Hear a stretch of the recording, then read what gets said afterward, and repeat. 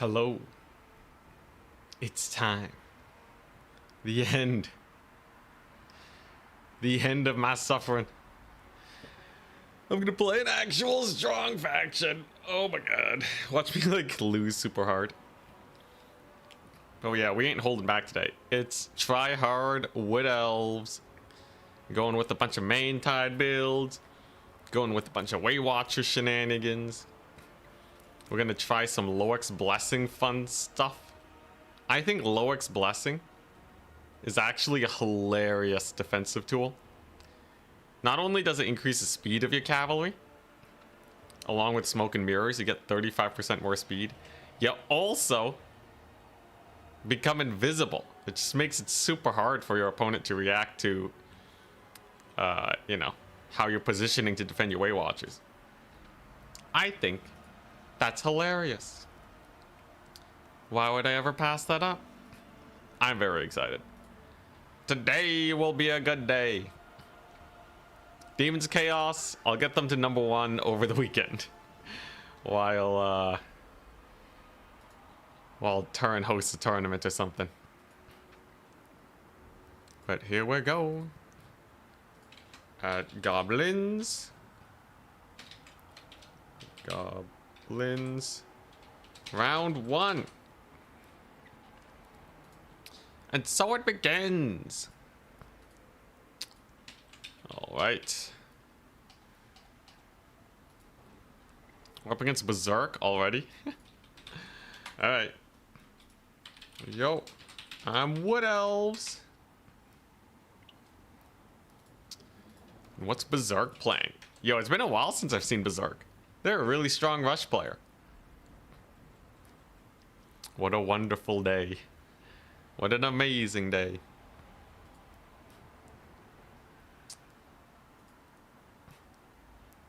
Berserk is playing vampire counts. Ooh. He did, man. He did. Alright, let's not get overconfident, though. I'll ban Carcass. Imperial Ambush is definitely fine. Crystal Lake is pretty fine. We'll ban Putrefying Carcass. We're going to be playing Wood Elves versus Vampire Counts. Get this thumbnail out of my face. Yeah. There we go.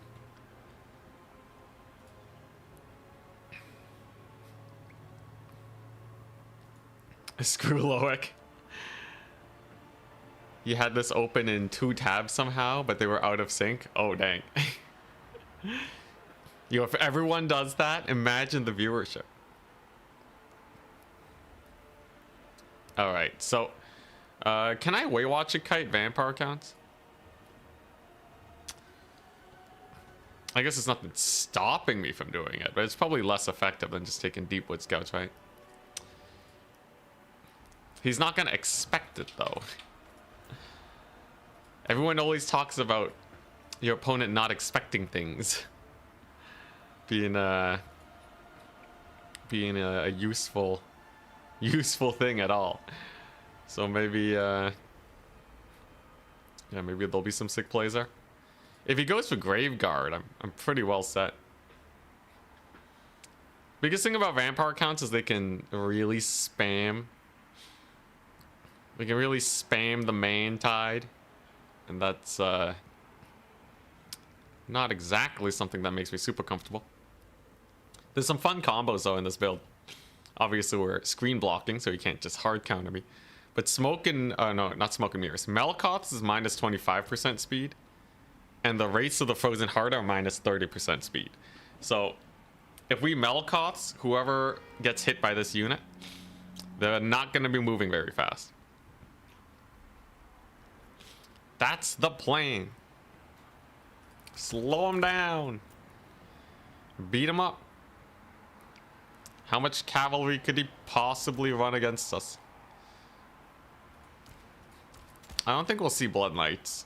Honestly, as long as I make sure that I have enough infantry to capture points in the late game, I really don't see what he could do. We also have poison attacks. Bro, this faction's OP. This feels so much better than demons already. Yeah, so poison is minus 15%. Wraiths is minus 30%. Melkoths is minus 25%. Combined, he's screwed. He's screwed. And I can spam that slow as much as I can spam Melkoths.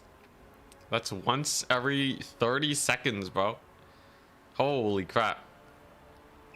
Oh, I guess the cooldown's after it runs out, so once every 45 seconds. Still pretty sick. Yeah, today's gonna be a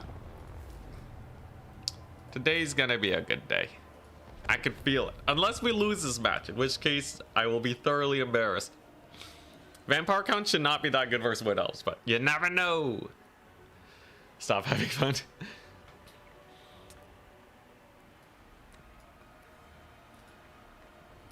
Imagine if each unit had 1,150 elves. That would, most starting armies have like 1,150 units. At least in domination. 1,000 units is like roughly what your standard army size looks like. Imagine 1,150 Way Watchers. We demand suffering. Blood Knight, Sword Max. Blood Knights would actually be kind of spooky. The thing is, though, Wood Elves have armor-piercing spears, man. They basically got halberd infantry. Eternal Guard are amazing. Dryads are amazing. Wild Riders are amazing. It's all good. It would be pretty funny, though, if he just, like, full cav rushes me. Would it be enough to kill us? I don't know. What if he Graveguard maxes? What if he gets a black coach? The dreaded black coach tech. We'll have to see. Yeah, halberds with silver shields. Yeah, I guess that's a big difference, isn't it? That's pretty crazy, man, for 550. And 80 leadership. They have Longbeard leadership. That's crazy. If you run 4-way watches, I'll make a meme in 10 minutes. I think 4-way watches would be a little excessive versus vampire counts. I'd be a little worried about dying. Tempting, but we're gonna do good top tier builds today. Maybe slightly off meta. Here and there. But still, I think very strong builds. So let's see. Celestial Dragon Guard have bronze shields. Well, they don't cover their full body, right? They're not tower shields. They're, you know, they're circular. It makes sense. They're about as shielded as goblins. I see no issue.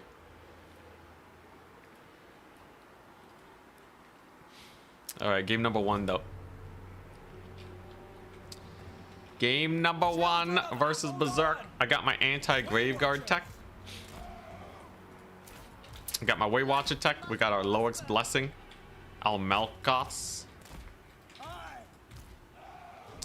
Some Wraiths. We're gonna capture the points super fast. And then, hey, Shavak. What's up? Thank you for the good luck. And then we're just gonna shoot him up. Now he has a lot of units, but the raw focus fire damage of these Way Watchers should be able to snipe anything that's important. I have some Glade Guard Hagbane tips in reserve in case we find ourselves in a long grindy fight. And if he has White Kings, I guess I'll just surround him with Glade Riders. We'll see. He's gonna have a lot of dudes though, so it's probably gonna be Dryad spam at the start. Close enough. Yeah, triple Way Watcher versus Vampire counts. It's a little risky because, like, usually you don't want to run Way Watchers. The meta is more like Glade Guard spam. The archers, just run them out there. But I think this is good enough. Silver chevron bats? Why are people chevroning? Alright, if these bats do anything, I suck. But they're actually worth Melkothsing now. Alright.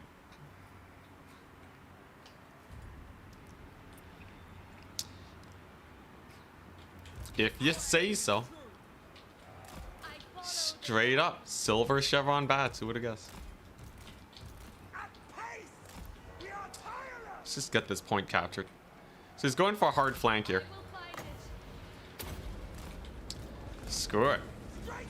He clearly values these bats quite a bit. So if we just Melkoth them, I'll be okay. We have a corpse card in the distance, alright. It's 122 value for a Melkoths on the bats.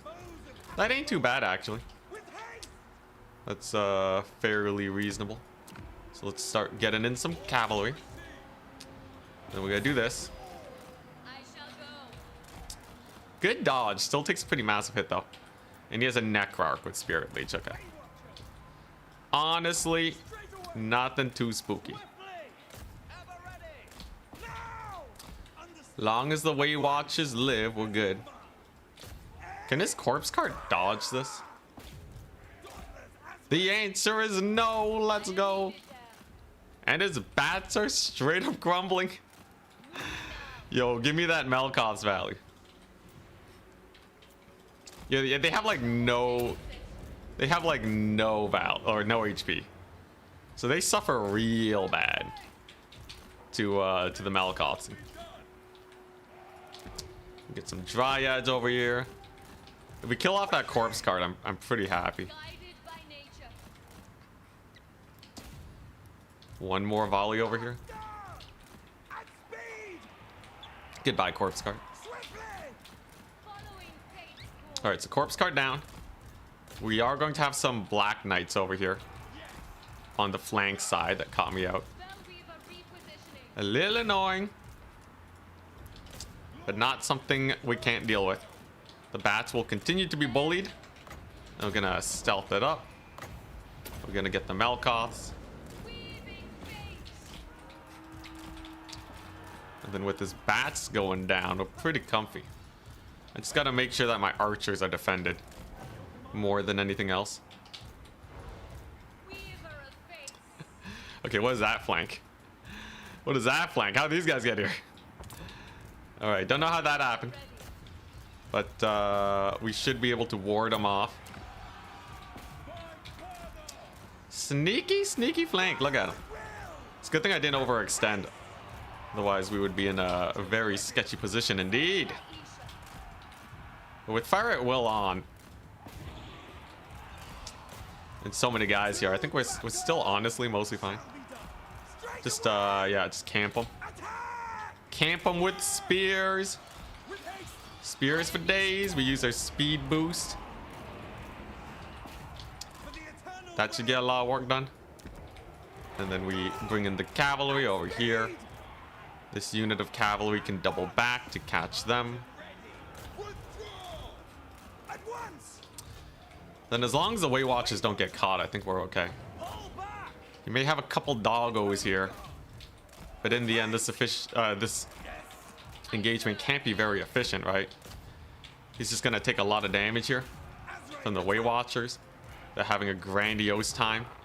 Race to the Frozen Heart can catch a couple skeleton warriors, not a problem. Gonna need another Melkoth though. But that should be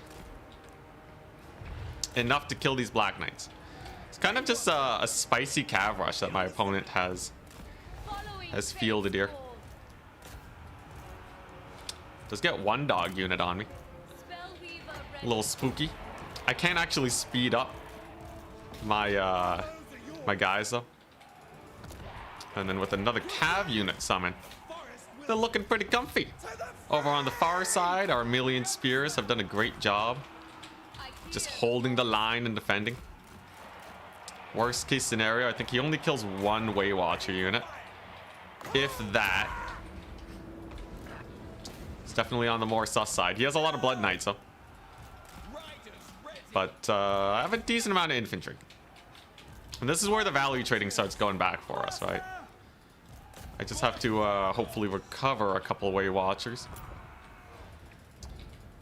Maybe get some Dryads in here. Ah, dang, the cavalry really cleaned up. Yeah, and then we can just chill. The bats are a little scary. I'll have to get into position to snippety snipe him. But I don't think his cavalry can really do that much. And remember, they are silver chevron. So if we kill them, we're very well off. Yeah, just still have a ludicrous number of spears. They're popping off. I don't really see him killing my lord anytime soon. Realistically, I just have to be wary about the late game and making sure that we don't lose out by capture points. If I can do that, we should be okay. Looks like his cavalry's having a very bad time. Very good to see. We got some more cavalry over here. I'll have another Malkoths on him. Cavalry trading's still kind of slow though, right? We must be wary. And there are yet more bats coming on in. This cavalry just keep getting caught. It's pretty brutal on that front. Here come the bats though. So they're gonna be dive bombing me. Waywatcher volley, however. Very painful for the bats. Are they gonna full commit? It looks like yes, they will. Thankfully, we have many wild riders at our disposal. There goes the majority of his cavalry now. And I think we're pretty good. If I can just capture my first point in a reasonable amount of time, we're okay. I'll save my last Malkoths for that knight over there. That should be pretty fine. We do indeed have more bats. Bro, the bats get deleted by the Waywatchers so hard. The poor bats, man. Oh, they never stood a chance. They never stood a chance. The chevrons, they did nothing. At least I don't think they did anything. And we should be capturing our first point by the 1,000 ticket mark. Still have to be a little careful. Still a lot of knights, but I'm pretty sure the Dryad spam will get us there. Yeah, let's just start summoning in some elite infantry. I still have so many spears. He's likely not getting past my spears anyways. So I'm honestly not particularly worried. The Waywatchers still have good ammunition. We're slowing down his cavalry. And there's our first capture point. Very nice. And I kind of accidentally let him get behind me there. So it's not even like I played this perfectly or anything. But my opponent's definitely rapidly running out of units. We still have a ton of armor-piercing spears. How marvelous. I just want to get the last of my arrows out so that I can summon in a bunch of guys. And then we should be relatively in the clear. So there goes another zombie unit crumbling away. Our push to the next capture point is here. Speed boost should get a lot of work done. So our Black Knights will just focus fire them with our Waywatchers. Then as long as this fight goes well, I think we'll be fine. It's a little sketchy because I only have my one cav unit. But I think now that we have our super elite cavalry on the battlefield, I'm feeling a little bit more comfortable. There we go. Knights are certainly having a rough time. We're gonna need to actually get on this point though. Time is certainly of the essence, right? The actual full army wipe took a little bit longer than I actually would have wanted it to go. And if I don't capture this point, like right now, we could very well lose out on the ticket race. So all the boys are here. the Weight Watchers and everything. And that's going to be the point. So we have a solid couple minutes here.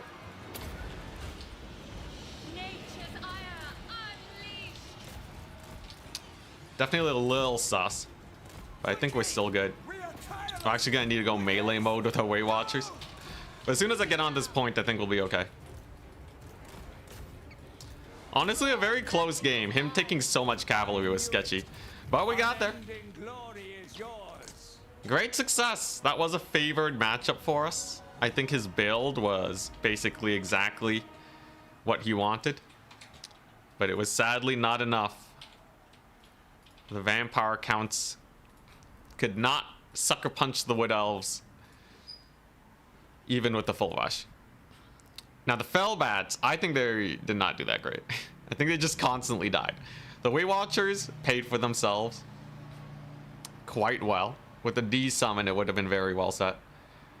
And the spears were, as usual, insane. Lord got 2k value. This is a cheap Lord. She just has Melkoths and Loex. Putting her on a Unicorn, by the way, was a good play. So he actually didn't notice. But the Unicorn gives 40% spell resist. So that's why his Spirit Leeches weren't doing well.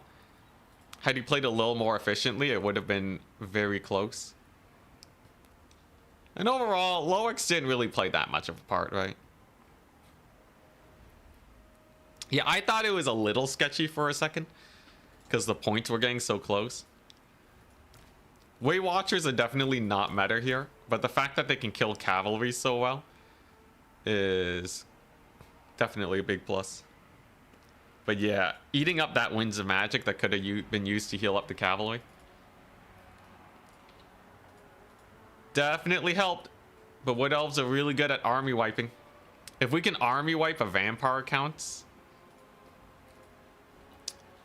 player, we can very likely army wipe anyone in the entire game with good enough Weight Watcher control.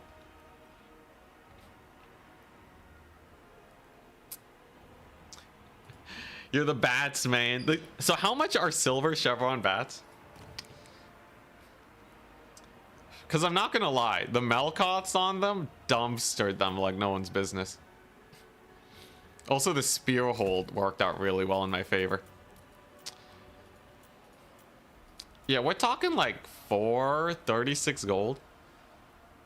That's quite a bit. That's the same as like a direwolf, but they have less HP.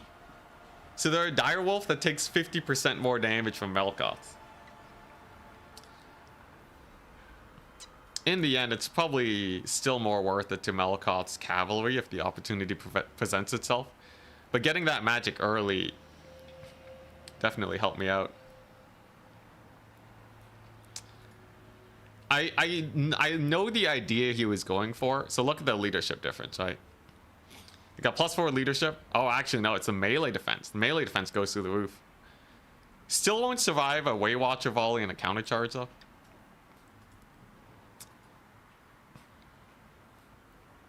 But that sneaky flank was pretty spooky. I really let him get a full surround on me, didn't I? So why shielded spears, melee defense? Yeah. Look at that. It's +8 melee defense for 75. So if you chevron them, right? If you chevron them, you get +3 leadership, +3 melee attack, +3 melee defense. That's roughly what 75 gold can do. But at least with these guys, melee defense is better than melee attack. I guess it actually is comparable with chevrons. It is more efficient, though. In the end, it's definitely more efficient than chevrons.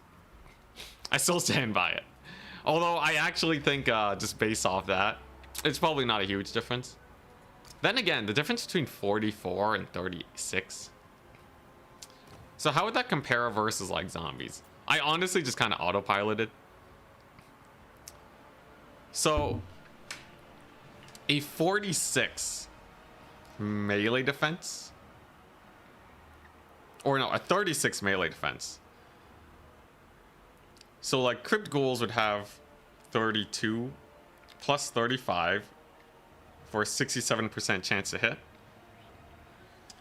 So if you minus the melee defense of 36, they have a 31% chance to hit. But the upgraded Eternal Guard, it's a 23%. So against crypt ghouls outside of the charge, your Eternal Guard will have like, will take 33% or 30% less damage. Roughly. Actually, closer to 25%. So you're paying like 20% more. Yeah, you're paying like 20% more gold for like 25% less damage taken. It's actually a lot more marginal than one might expect. Still technically worth, but maybe against cavalry, it's a big difference. Let's see. So if we go vampire counts. So the thing is, yeah, these guys have anti-infantry. So that means that the melee defense bonus is actually even more marginal, because they'll already have a really high chance to hit. You know what? Maybe you go unshielded against counts. I think you go unshielded. You go unshielded, and then you enjoy the extra... Yeah, that's a lot of extra money. You can use that money to get more spears. Oh my gosh, it's so much better. Against vampire counts, yeah, you go unshielded. You get demons to top 1. Technically, I got them tied with top 1 for a very short amount of time. But over the weekend, I think we will get them legitimately to number 1. That's the goal. We got 4 more matches that need to be played out. Were you able to make those new Blood Knights work when you tried them? Actually, yeah, the sword and board Blood Knights are quite strong. They're not world beaters. They're hindered by the fact that they have 70 speed. You kind of want, you know, like the 78 speed of like the Black Knights most of the time. But they're tanky. Hunger is crazy. Flag of Bloodkeep is crazy. And they're actually not too expensive. The fact that they cost the same amount as like Chaos Knights is ludicrous. They're just kind of held back by that speed. But you can kind of treat them like actually good Chaos Knights.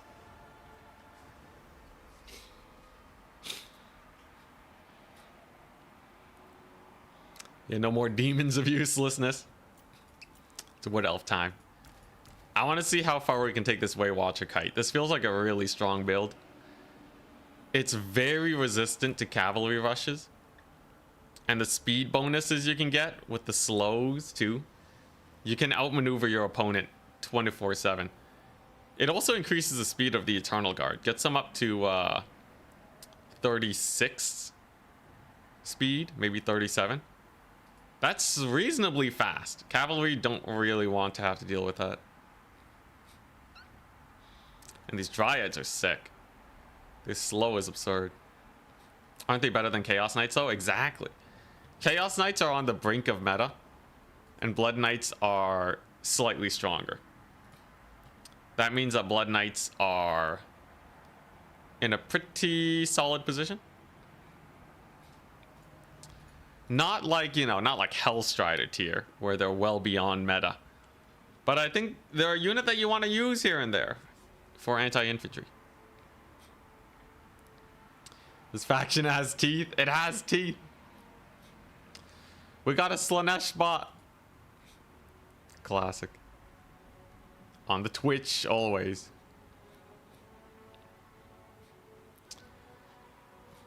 But yeah, I think if I didn't let my opponent flank me so hard, we would have been in a much better position. He really got a pretty crazy flank through the woods there. Should have known because he had so few units, but optimally we would have been like shooting up his cavalry and all that. Would have been great.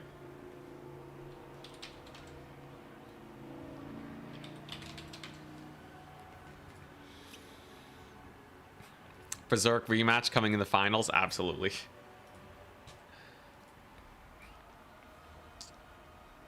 It's pretty scary that in such an advantage matchup, Berserk can make it so close. But Berserk is absolutely a melee rushing specialist.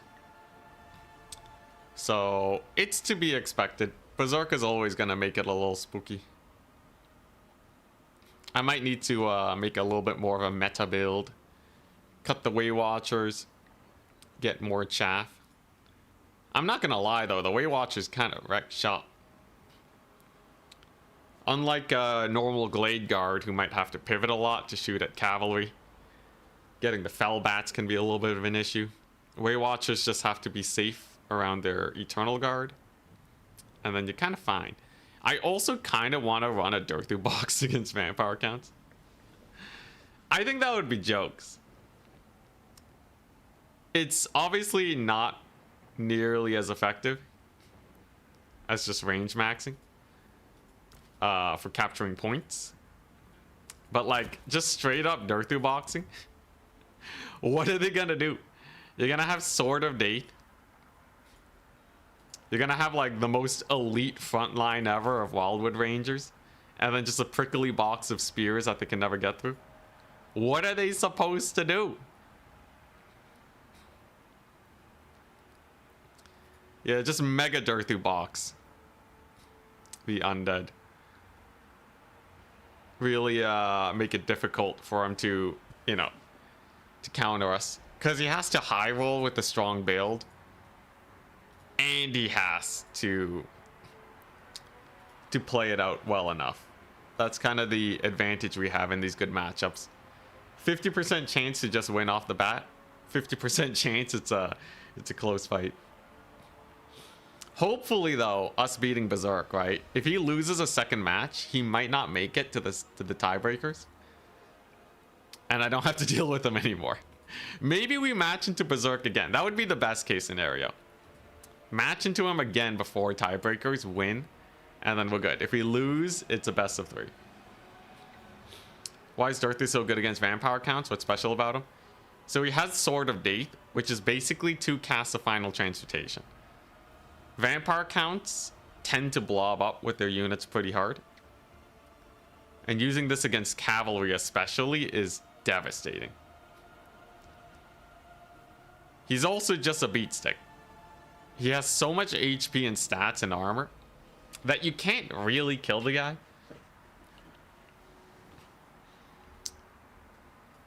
And he's just a blob buster, man. You can take Flock of Doom on him.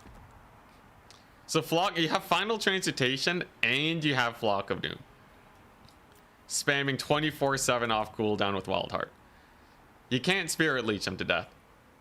10 Spirit Leeches and he would still have 3000 HP remaining. 10 Spirit Leeches is like all your wins of magic. And you can heal him.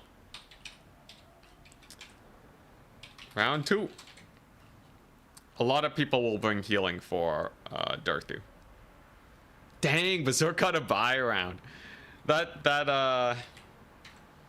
pretty rough, but it does mean that he's more likely to make it. He just has to win 2 games. He got a buy round, dude. We sent Berserk into the pits.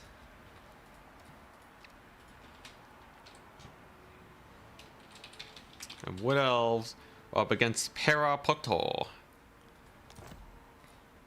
And what might they be playing today? Tzeentch.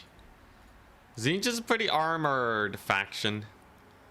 And they can do a lot of spell kite against us. They also have some pretty spooky chariot characters. Just something to keep an eye on. Yeah, buy round is a free win, so it does help Berserk in this format because anyone with 3 wins gets into tiebreaker. It's just funny to see him in the pits, I'm not gonna lie. Berserk's a very strong player. being able to put him there is a good feeling. It's true, Tzeentch has fire. They do have fire. But yeah, I think if we pull off a good Waywatcher kite, we're still okay. Pink fire is kind of brutal versus Wood Elves though. Just because they have so little HP. Even the Eternal Guard, no, Eternal Guard don't have fire weakness. But they only have 7,000 HP.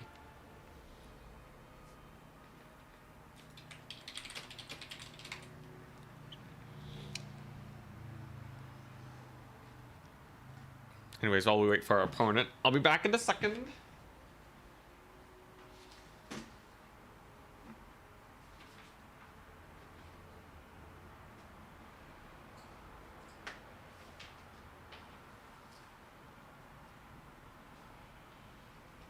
Ugh.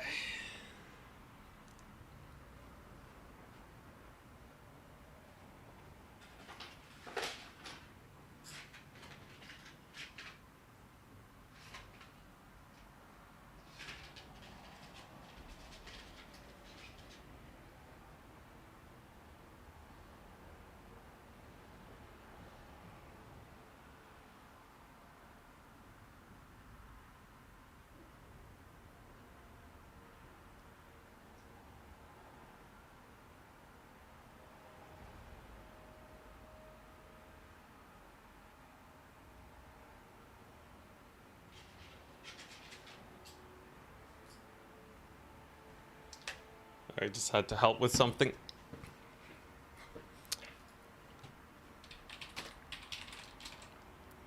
But yeah, Tzeentch. Unicorn with spell resist shall be summoned again. I think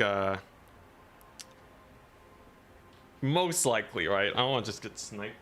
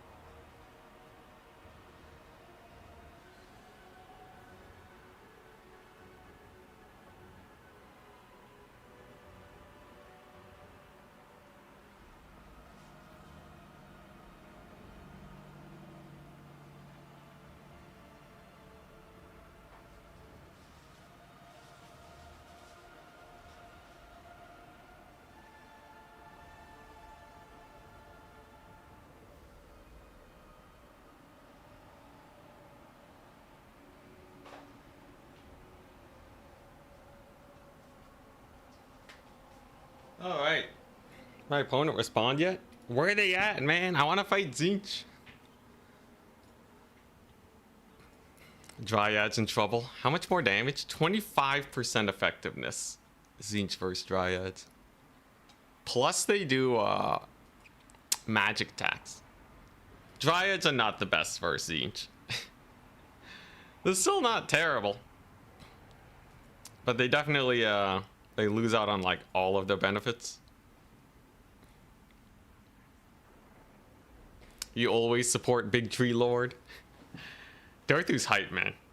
We really don't see enough of him for how strong he is. But domination just doesn't really favor slow dudes. But a slow push box style against Slaanesh, that is my favorite strat.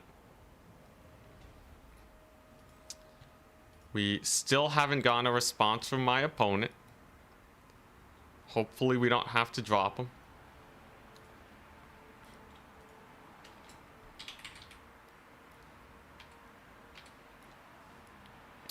Come on, man. Where you at? Yeah, fire weakness and magic attacks. Wouldn't it be 40%? Well, you know, you can just treat it as like 25% more damage, and it's not negated by physical resist. But I guess if you compare it to how much damage they usually take, so it'd be going from 80 to 80% to 100%. So that's a 25% difference from baseline. And then it would be Yeah, so you're doing 80% damage normally. And then it should be amped up to 125. So 125 over 80. That's a 56% difference in terms of how much damage they would usually take. Assuming we have a fire damage melee unit for Tzeentch, which I don't think they actually have. Most Tzeentch units are just magic damage. So most of them are just getting 25% more.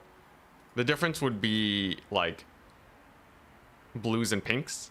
So blues and pinks would be dealing 56% more damage than we usually would be expecting from ranged fire, which is pretty significant. You would just want to spam these guys. What price point would make Swordmaster's Hearth meta? I think 1,100 is... I think it's an okay price point.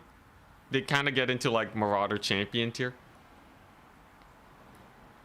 Firebark Elders, it's true. We can run Firebark Elders.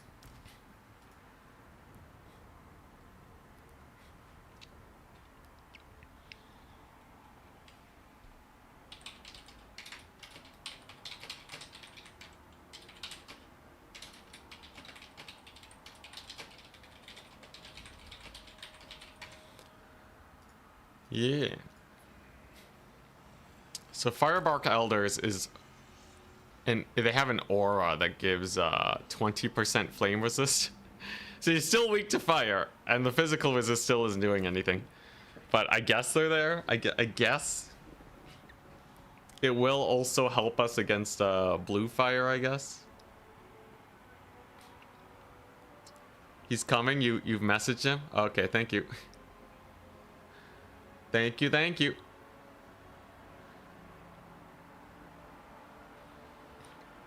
Yo, Firebark Elders is so expensive though, and they don't like do much. I'm paying 1,100. Just give me more Dryads. Like, think about what's harder to kill, right? 2 Dryads and a Firebark Elder, or literally twice as many Dryads. I feel like twice as many Dryads is just better. I'd really have to farm the Firebark Elder aura quite a bit. But like, I don't know, man. I guess they are pretty chonky. They have mass. I'm not gonna run Dryads anyways, though. Most likely against Tzeentch, I'm just gonna spam Cavalry and Way Watchers, right? There he is, though. My opponent. So, yeah. I don't want to get spell kited. I think that's about the gist of where I stand against Tzeentch.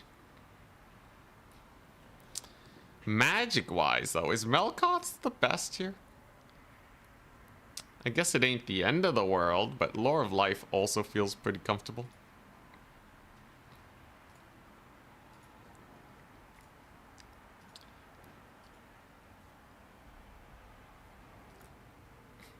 Give me more Dryads for the bonfire. This is supposed to be good builds today. I find you usually don't need the 4th Way Watcher, by the way. 4th Way Watcher definitely feels a little excessive. Now my opponent still has to ban a map.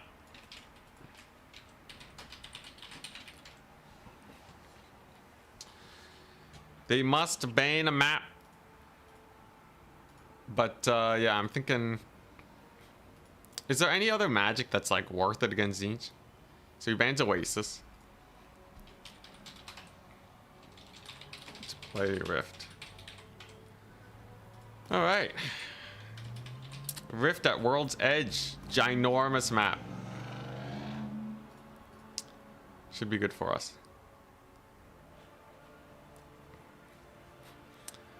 You know, Firebark Elders also have Vanguard, you know? So you can't say Dryads have Vanguard over them. The Vanguard trees are hype. Firebark Elders are significantly slower, though, but They do have Vanguard, let it be known. Okay, is there any magic I would want to use against Tzeentch other than Lore of Shadows? I'm not gonna lie. If I can get 2,000 gold off of just vanilla Malkoth spam, that's kind of insane.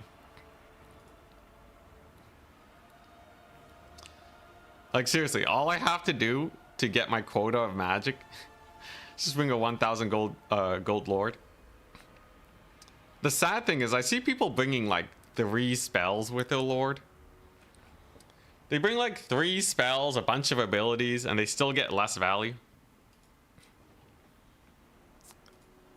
That's a pretty bad sign when such simple plays does so much better.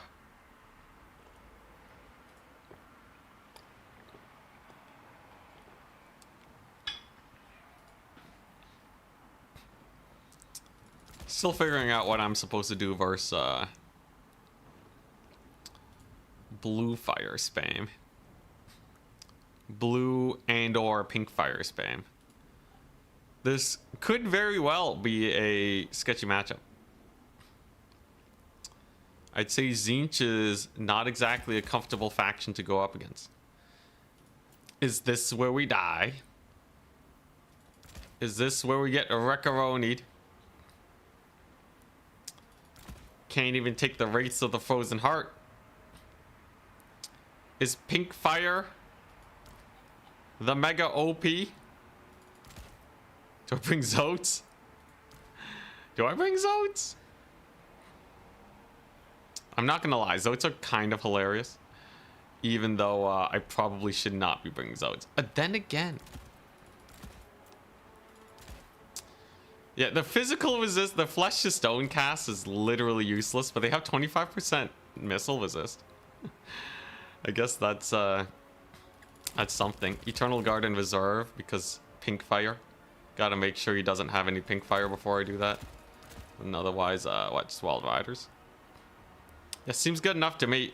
In the end, a kite build's a kite build. If we play it well, I don't think we have to worry much. Not the Tzeentch.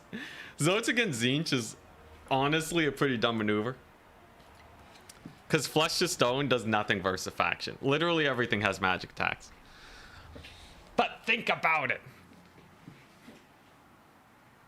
They're just a chunky unit. They're just a chunky unit. Is Drycha the best overall Wood Elf Lord? I think the best overall is a basic spellcaster on foot. You pay 500 gold for a Lord, that is probably going to get 2,000 value, same as Archaon. That's just amazing, right? I put her on a unicorn because I like the utility. I enjoy the utility of potentially being able to make some sick plays. But yeah. Most of the time, you take her on foot, you don't care if she dies, and she just dumps the magic out, and you get a ton of value. Really enjoyed Wood Elves in campaign. The mechanics allowed them to teleport around the map. Honestly, it's pretty fun for exploring the map, playing Wood Elves.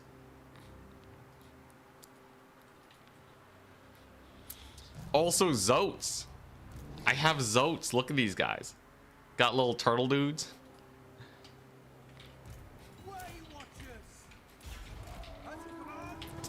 Fun fact. They remove magic attacks. So that means Flesh to Stone isn't actually useless. He has a final transmutation, okay. So I want to get flanking shots on these Ongors. Searing Doom too, alright. It'll also be pretty hard to kill Sartorial. But at the very least, final transmutation doesn't do that much. We have a victory point against my boys. From the foe.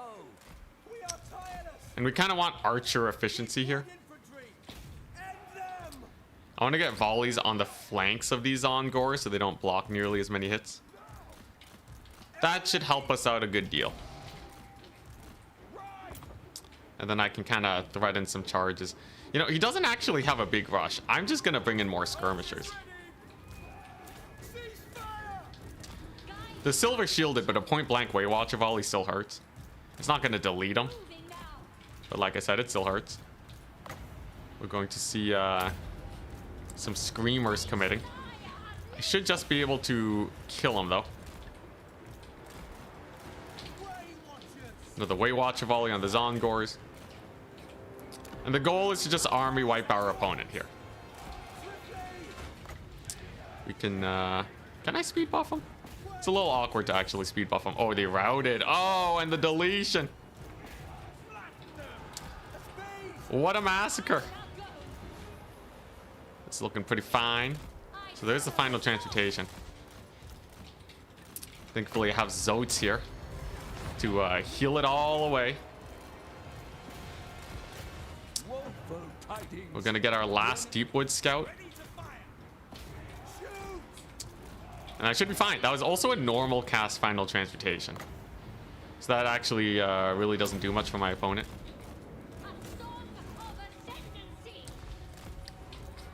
Deepwood Scouts will have a wondrous time here. Just pummeling those Zongors. I've pulled him into a little pocket here where he can't defend against all angles. And that's going to help us out a lot. Sartorial's not really a big issue here. And there they go. Another one bites the dust. Then we go for these Zongors. And we go for these Zongors. Lord's Blessing is great just as a speed boost so he can play keep away. We'll just route him off the map. We're sitting generally pretty comfy here. I don't really have to worry about tickets. We're still doing fairly good there. He actually whiffs a Searing Doom too. That's going to be rather nice for us. And with these Zongors going down, now we focus the next one. All about them efficiency trades. The Deepwood Scouts are all online and operational. There they go, so they're routed off now. And we're just kind of routing off units one at a time. Gonna see if we can get a juicy volley on Sartorial. He's kind of exposed right now, right? Do these guys have charge defense? The answer is no. I suppose he'll be looking for a big final transmutation. But at least we should be able to kill off these Chaos Knights of Tzeentch. They're not moving, so this Waywatcher volley should be rather devastating against them. This is an exquisite heal for us. And I just gotta start thinking about recapturing points. I think if we do that, we'll be okay. So we'll just kind of scoot our units up. Tzeentch really doesn't have a lot of units left though, right? Like if you just look at the battlefield, we've completely routed off a lot of his stuff here. I'm not even gonna waste a volley on Sartorial here. He's gonna final transmute my Lord, but that doesn't matter, as she has pulled away. And you can see how brutal it is for the Chaos Warriors. The poor guys do not like being Waywatchered. It turns out arrows are painful. And they're going to be getting absolutely massacred over there. Then we go for the Chromatic Aberrations. Another unit gets chased off, so we're being very ammo efficient here. I heard a Searing Doom cast. I didn't actually see it. Oh, that's a Tzeentch army ability. I see. Well, obviously going to be very important that we dodge that. Desummon a little bit of my cav. All right, there we go. So they're crumbling now. And the biggest, most important thing when it comes to Kite is making sure that when the unit routes, you stop wasting ammunition on them. This is a skill learned by many years of playing as efficiently as possible in land battle. Because your cavalry can kill an infinite number of low HP units. You don't have to worry about that. That's kind of a non-issue, right? Also speed boosted. into these guys. That should go pretty well. And then we speed boost these guys with the Lord's blessing. But yeah, your cavalry are totally fine here. They don't care about them. It's the other business. Ouch, what do you do there? I think he's Searing Doomed me. Yeah, it's the high HP guys that you really want to take out, you know, like the Furies are about to dive you guys. All of that business. And we will be able to get a pretty nice charge over here. I still got to capture this point. Time is of the essence. Though this is more comfortable than the Vampire Counts game. Time-wise overall. Because we are getting our first capture point by the 1K mark. So we're not too worried. I'm noticing these halberds are kind of being a menace. So we're just going to go for them real quick. Get some flesh to stoning going. Shoot up some Zongors. Silver shields, they mean nothing to me. And Sartorial, I'm just gonna straight up ignore. Screw Sartorial, man. He's such a menace. And a pain in the butt to kill. That I think we are significantly better off just ignoring him.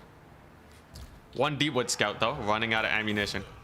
Gets a little sketchy, but the infantry corps gets taken apart very efficiently. And we are very nearly at the point where my opponent is simply army wiped.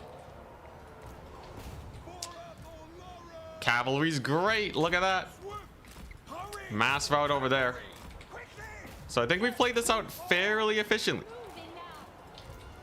No real complaints.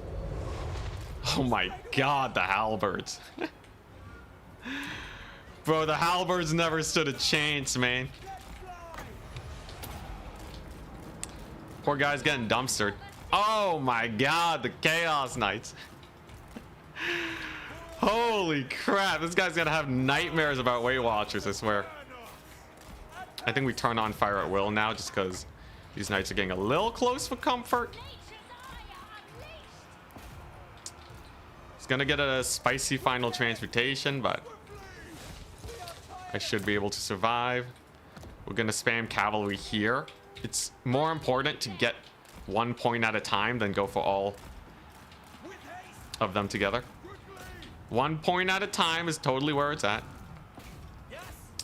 Chaos Knights have been absolutely obliterated. And Kairos is... Or not Kairos. Sartorial is in a bad spot. He can't actually really dodge us here. So if I just leave Fire at Will on, he's probably going to take a massive amount of damage. There's the capture point. And we're just taking it very comfortable. The most important thing about Kite is not getting overzealous. It looks like the tickets are really close and that my opponent has a huge value lead. But realistically speaking, I have 5 minutes to get this point. I have 5 minutes to capture a point against a guy with no army, right? It's just not exactly an issue. Though leaving Fire at Will on definitely is making things a little bit more rough than it ought to be. Although, can we just kill Sartorial here? He's on his way out, that's for sure. Are those knights gonna route off the map properly? They might actually rally, but yeah. Yeah, it's kind of a knife's edge playstyle. So this only works because I've been kiting for like 5 years now, right? If you are slightly less efficient with your kite, you can't actually play this playstyle really well. And you need to have really good game sense. And you have to trust the process. You have to really believe that you're not going to lose on tickets. But like, you see what I mean though, right? He has it's gonna take him so long. Or yeah, I have so much time, right? I have so much time to secure the point that like, it actually isn't that worrying. On 1 point, he still has like 3 minutes here. I think Sartorial just got dumpstered too. Do I heal these oats? Do I heal these oats? Let's heal these ones. It's quite terrifying. And with 3 minutes to spare, my opponent is completely army wiped. He has no units left. Except for a few meager Zongors. Weight Watchers probably got ludicrous value. My goodness. Oh, I love Weight Watchers so much. Hey, Dimmy G, what's up? Thank you very much for the raid. Unfortunately, I can't say that I've seen your content before, but here's a shout out on the Twitch. We're here crushing it in the multiplayers right now. I have currently army wiped my opponent, and there's literally nothing else he can do. I am out of units to summon onto the battlefield, such as our value lead. Man, Wood Elves are oppressive, aren't they? You can army wipe everywhere. It's such a feel-good faction. This is one of those games where your opponent asks you after what they're supposed to do against the playstyle. And my response is usually, I honestly don't know. Look at that. Mega speed Wild Rider, so their charge bonus or their impact damage is even higher versus Encores. You love to see it. Tabled. Absolutely tabled. We're comfortable here. Yeah, points are a resource. Points are absolutely a resource. I know it's a meme, right? HP is a resource. But it's so easy to just use tickets to get a massive value lead, and then they have nothing. Seriously though, if you're a new player, don't do this playstyle. If you're a new player, odds are they're just gonna win by tickets because you can't do damage fast enough. But it's pretty fun. It's pretty fun when it works. This is the Danican special. Danican does this but with Scourge Runner chariots. And then a really nice Dark Elf melee rush. We do this with just pure Weight Watcher, old school, you know, Warhammer 2 wise. But my opponent's staying in the battle. Either they're just enjoying playing the game, or they haven't realized that they're already dead. There's effectively no way to come back against us. The value trading says it's close, it's not. Value trading, by the way, yeah, there you go. He realizes value trading doesn't, it's the worst at tracking skirmisher damage. So it's not actually tracking the value that my Weight Watchers are getting. I think it's probably accounting for like 25% of their damage. But yeah, 1700 value, 1550, 1579. Woo! Hey, Dimmy G, what's up? Yeah, that's a lot. Weight Watchers cost 1,150. So they paid for themselves 50% over the expected value. And then they got desummoned. At least most of them. Disgusting. Absolutely disgusting. For anyone who says Demons of Chaos is a strong faction, it's night and day, ain't it? Demons of Chaos games, I'm like struggling. Oh, donation. To try my first tournament yesterday. Oh, hell yeah. Losing to Scrambled Egg on stream is tough, but I took your input to make a better Norska TK build. A fat rush. Thanks again. Oh, hell yeah, man. Yo, thank you so much for the $20. Yo, if you want any free help, just message me on Discord. I'm always happy to just talk about Warhammer. Like, I'm not gonna Discord call. That's where we leave the coaching to. But like, just talking about Warhammer on Discord, hit me up, man. I'm dying to send builds and just free information. All right. I would be happy to help, man. But that's cool, man. Good luck on your tournament journey. Let's see, where was I at, by the way? Oh, yes. Ranting about Demons of Chaos being garbage. Absolute hottest garbage you've ever seen. So, Demons of Chaos So Lord got 1200. That's okay. Demons of Chaos. Every game felt like a struggle, man. Every single game felt like a struggle. When I play as Wood Elves, it feels like I'm not even trying. Demons of Chaos have teeth. They can fight, okay? But like the difference in power scaling, you can't say Demons of Chaos are anywhere near like an S tier or an A tier faction. I think they're B tier at best.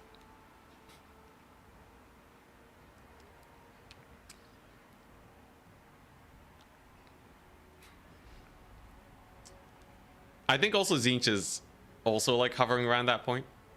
I think Tzeentch is a better Demons of Chaos. I think they're like B plus tier at best. I think Wood Elves are like S minus at worst. But yeah, GG well played to my opponent though. I think in the end there's not much he could have done.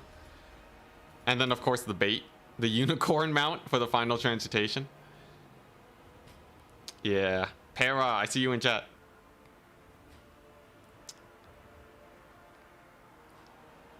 The final transmutation on my lord. Sadly, she had the mega spell resist. Who can beat up Wood Elves? Mostly Cav Rush factions.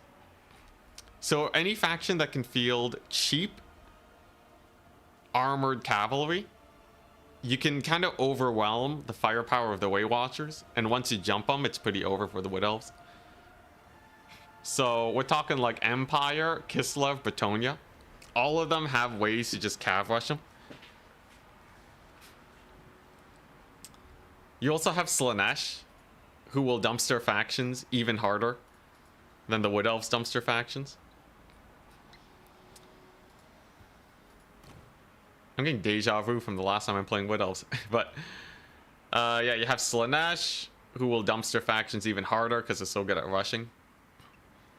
So Slaanesh has more of an advantage because you're much less on the back foot. You just kind of have to A move well. Ogre Kingdoms is questionable. I think they have more bad matchups than the Wood Elves, but they have more matchups that they win really well against. The ad ate up my answer. Dang it. Who can beat up Wood Elves? Yeah, so Bretonia, Empire, and Kislev. Armored cheap cavalry is the counter to Wood Elves. They're really good at killing elite cavalry with Way Watchers, but they can't kill like 5 knights or whatever, 4 knights errant, right? Quad knights errant, it's just so annoying. And your wild riders don't trade well into them because of armor.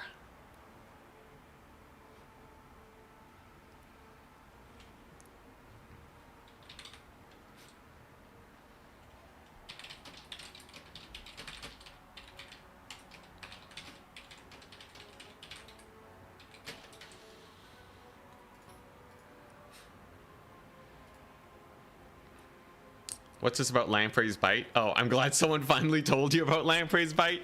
Oh my gosh. What do you do versus like wide chaff builds as Wood Elves? You just shoot them to death and spam Dryads. Basically exactly what I did in game 1 against the Vampire accounts. Kill the key targets with your ranged and then overrun them with Dryads. Dryads are so good versus chaff. They are basically Forsaken for 550 gold. It's insane. Like, they're a little weaker to cavalry. Still have pretty good mass, all things considered. Yeah, they're just good. We're gonna advance to Swiss. Goblins round 3. And we find ourselves against Adam TM.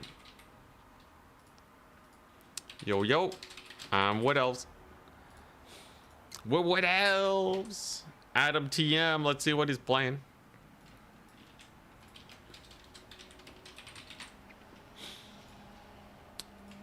Even some of the bad matchups, we should still be able to stand a decent chance. Like, maybe I can Durthu box a Bretonia. I don't know.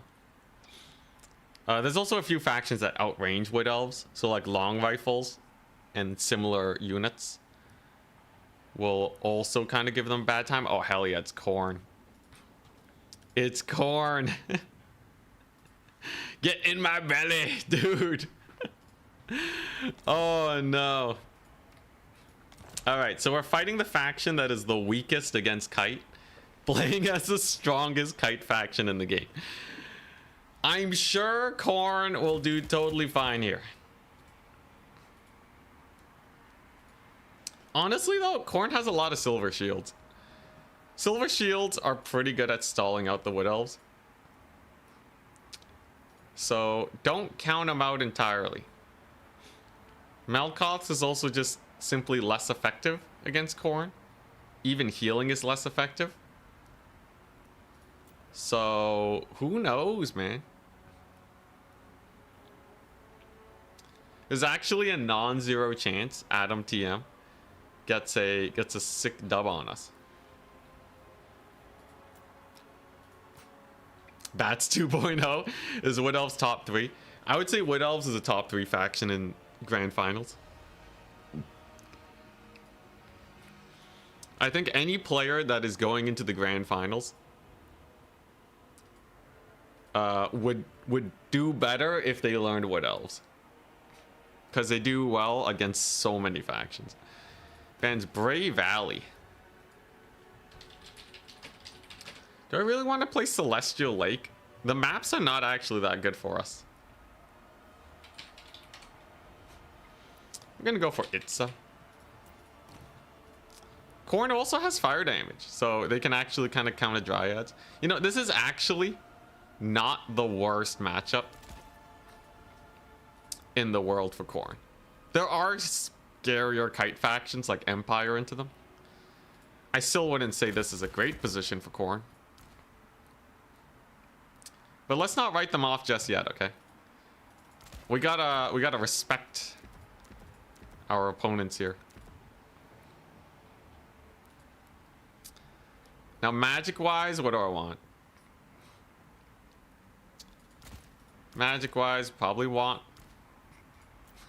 You know, Awakening of the Wood is actually pretty cool because it slows you down. Shield of Thorns is kind of a meme. We're not actually gonna do that. Should I bring back the gold chevron blade singer build? the dreaded gold chevron blade singer for the win.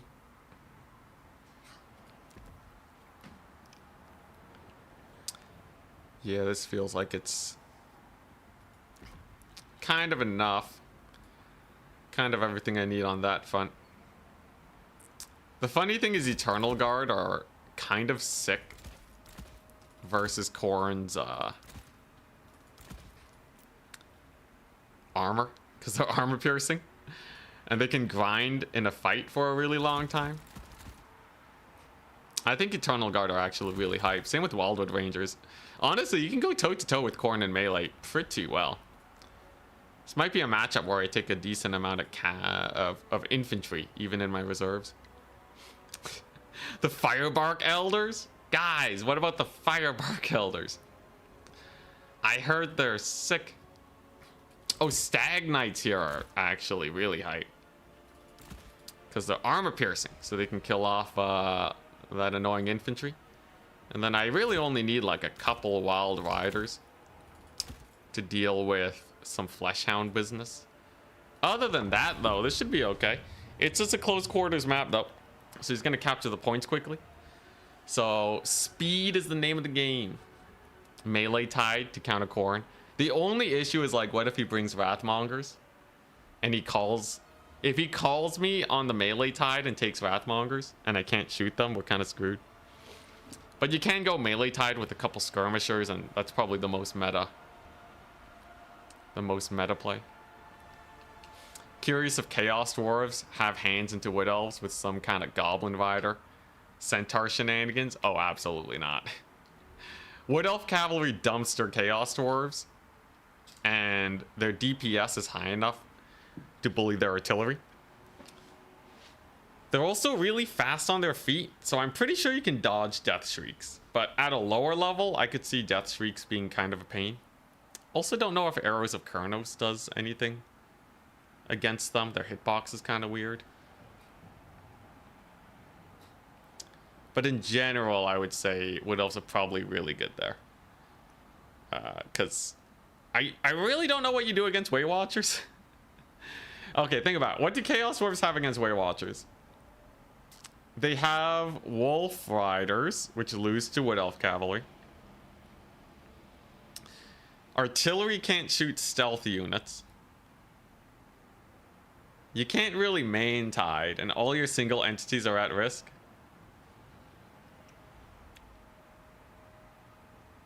Yeah, no, I think it's doomed, man. I think it's hard doomed. I think a basic Way Watcher kite and Chaos Dwarves, I don't think they can do anything. You get demons to number 1. Technically, I tied them for number 1, but I'm gonna actually get them to number 1 over the weekend off stream. Because I think it's finally time we stream something else. Finally, you know? And we're starting it off strong with some insane Wood Elf shenaniganry.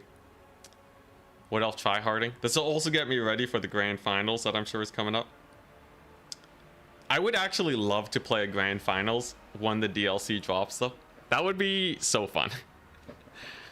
That way you have like people experimenting with crazy builds. And I'm not gonna lie, Slaanesh is gonna be hype. There's no way Slaanesh is not super exciting after this DLC, right? They're gonna have like some armored warrior crossbow builds. I don't know. It's gonna be sick. I kind of feel bad for the donation for the challenge. Honestly, I had a fun time. I think it went on a little bit longer than I thought it would. But like, I actually really wanted like some big goal to go for. I was kind of in a slump with content creation too. I wasn't really feeling a lot of drive because the DLC got delayed. So I kind of liked it. It gave me a lot of like interest to like grind out Warhammer multiplayer. Even if it might have been a little less exciting to watch the demon grind.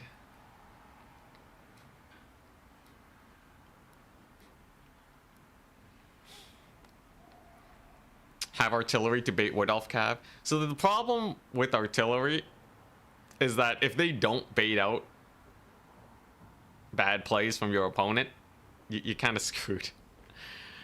You're kind of screwed, right? As you know, as a pretty high level player, usually what I want are builds that are foolproof if we play well, right? I don't want to leave it to an RNG thing where like a lesser skilled opponent can beat us, because we're really trying to milk that micro advantage. So against other top players, if I'm bringing a build where my opponent has to misplay for me to win, that's a pretty bad sign. Although for like anyone else, it's absolutely a fine strategy. Even like even me, I screw up all the time, man. I make terrible plays all the time. Oh my gosh. But where I want to be is where misplays don't matter. But like, come on, man. You saw me lose my Demon Prince of 2,200 gold to 2 runes of slowness. Like, let's not get ahead of ourselves here. That was bad. Can Fireglaive shooters win? Nope. Fireglaves get dumpstered by Way Watchers. Absolutely dumpstered. Outranged, and they just can't do anything against them. Top 3 favorite factions to play. Wood Elves are up there. Slaanesh is up there. And probably Empire is the last one. But I don't know. There's a lot.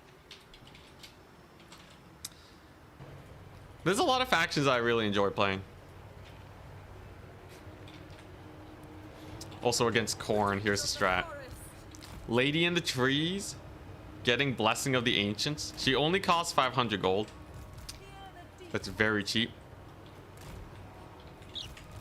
I'm gonna go for the high ground because I think that's the least likely position for my opponent to play towards. We're gonna secure this. If I can hold 1 point, it's impossible to survive a kite. The only way to stop the pain is to triple cap. Our aim is through. Bowman, And in the meantime, I have arrows of Kurnos. I have breath attack. Did I forget the net? Oh my god, I'm a noob. I forgot the net. No. The net's the whole point of the breath attack. Why am I supposed to breath attack now?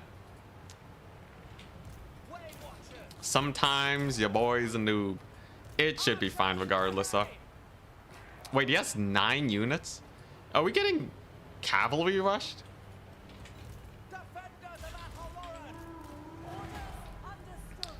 No, it's an elite infantry build. He brought Chosen of Khorne. He brought Chosen of Khorne. And a foot herald. Oh god, alright. If I lose this, I'm a scrub lord, okay? I'm calling it right now. This should be the freest win in the history of wins, okay?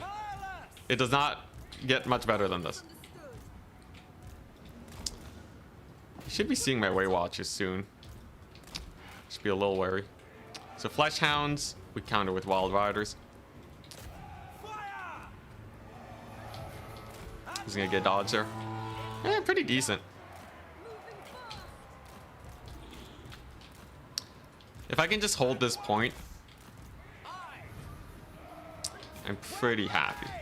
Can we get a Lord snipe here?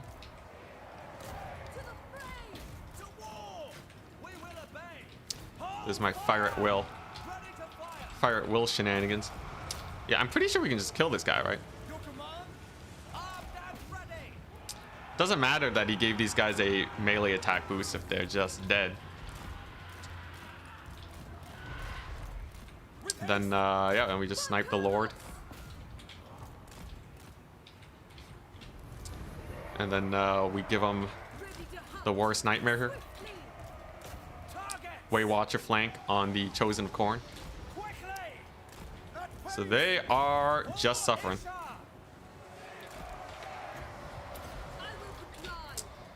Breath attack here is brutal on his poor Chosen here. And then yeah, and then we just stall, right? Look at how good these Eternal Guard are at just sit in there, you know? Just sit in there being an absolute menace. Another Fury gets summoned on in. Not a big deal. Not in the slightest. Terror out on Chosen. You hate to see it. Furies are the new Furies are the new Fellbats. Yeah, you just don't joke around with Way Watcher volleys. Ouch! Bro, those Furies. Those poor Furies, man. Oh my god.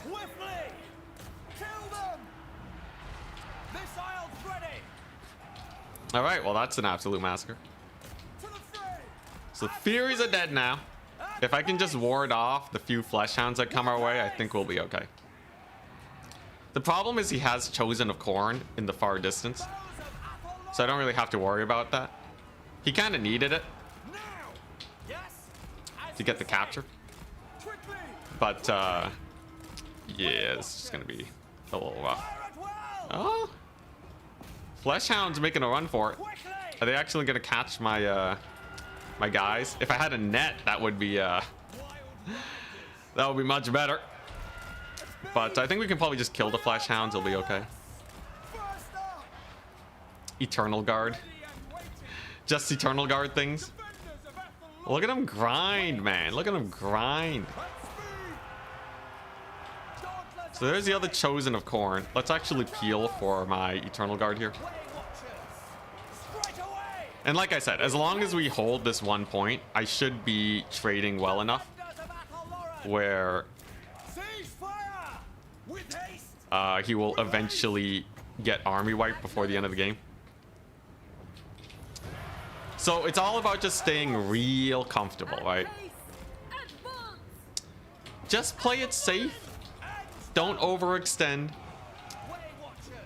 Just be really, really comfortable with the fact that you have 1 capture point. Our Wildwood Rangers are being sick. They're crushing it. At once! Protectors of the forest! And like, I'm just purely playing for value right now. He can take this point too. I don't actually care. Because I know that the moment he gets army wiped, it's over. And he is kind of lordless right now. Oh wait, don't shoot him, don't shoot him. I need to rear charge him so they rout. If I rear charge them so they rout. Dang it. Oh. I was hoping I could rear charge them so that I don't have to deal with the unbreakable. Instead, I just did 25% of their health and damage. Dang it. Instead, I just killed them. Mild misplay indeed. I guess I'll just have to finish them off with the Waywatcher volley. There you go. Now they're routed. There's no point wasting ammunition on that anymore. And let's see here. I guess I'll just breath attack these guys. Oh, this is Chosen. I could have breath attack. I guess it's fine. I can point blank. Oh, okay, he left. I could have point blank shot his Lord, but yeah. He had like the worst build possible against us. The slowest armor build against the mega armor piercing. It actually would have been good against my alternative idea though, of going for horse skirmishers. But yeah, Waywatcher still had loads of ammo, great HP. They were doing amazing. The Eternal Guard uptraded. The Eternal Guard paid for themselves against Khorne units. Oh my god. Bro, the power trip. The power trip. You just got army wiped. So that was Wood Elves versus Khorne. Wood Elves absolutely dominate here. Waywatchers are just amazing. I didn't even have a net. I could have killed them harder. I could have done even more damage versus them. Did have to optimize the breath attacks, but it comes pretty naturally to me now. And then we got some sick heals. Oh, he had Minotaurs? Bro, oh, there's nothing he could have done. One of the Furies actually almost paid for themselves, though. Impressive. Unless they got summoned twice. They might have. Fleshhounds did garbage. Oh my god, the garbage Fleshhounds. One Wild Rider charge. Just made it rough. And then, yeah, Knights of Khorne wouldn't have done anything either. Brutal. Absolutely brutal. And if he didn't spread out for the points, he wouldn't have actually gotten any tickets, and it would have had even more time to kite. Adam is scary with Khorne. Doesn't feel it when you're playing such a favorite matchup. Dang, man. Yeah, being Khorne seems rough. You know, Khorne is like really good. Khorne is generally a good faction. But I think they have an upper limit on how well they can do versus kiting factions. Because you can really only micro slow infantry so much. Like, what does he have, really, right? To squeeze more value. Like, he has a Fleshhound. He has a Fleshhound, and he can position his infantry correctly. So he can have the micro of the gods, but you just can't really squeeze more value. Meanwhile, I'm here like optimizing breath attacks, arrows of Kurnos, cycle charging, getting perfect volleys with the Waywatchers. It's really no slight on Adam TM. I think it's just a faction. Which faction has the highest skill ceiling? I think Wood Elves are definitely up there. But I think we actually have higher skill ceiling factions. There's also skill ceiling versus value ceiling. I think Wood Elves are definitely the highest value ceiling because they also have cost-effective units. But there's factions that are kind of weird. I would say dwarves are actually... Call me crazy.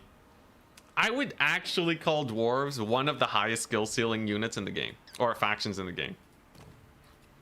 You know why? Because these units require so much APM to do perfectly. Not a single player has maximized. Think of 11 bomb drops, okay? 11 bomb drops on a gyro bomber. That is insane. For the record, it takes one perfectly placed bomb drop to kill an entire unit of infantry. It does 50 damage at 50% AP. Normal spearmen have 69 HP. So it'll basically one-shot them. The problem is that it's hard as butts to micro. But unironically, gyro bombers are some of the hardest units to micro in the game. And positioning your super slow infantry to make sure they're always in the right place is a skill that is very difficult. With other factions, you can use speed to make up for your mistakes. Dwarves, it's way harder. The thing is, though, the faction also just kind of sucks. And they kind of cap out in terms of how much value they can get. Because even though this is hard to micro, the upper end of micro for like blasting charges is not actually that high. So skill ceiling dwarves, value ceiling definitely not. I think this is where it's at.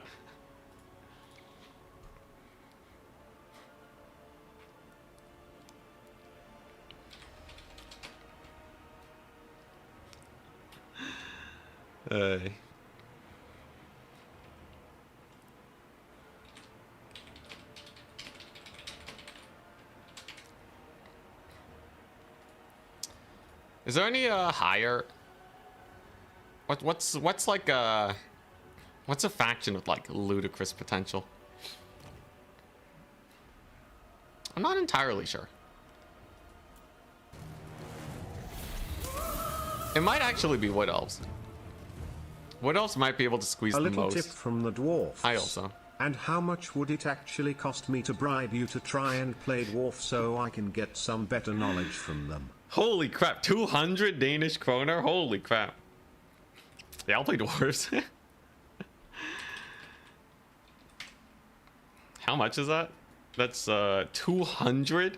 Bro, that's like it's over $40. That's almost 44 Canadian. Yeah, I'll play dwarves. Are you kidding me? Done. I'll play dwarves on Monday, greenskins on Tuesday. Because Meaty Dangler's been asking me for like the better part of a year.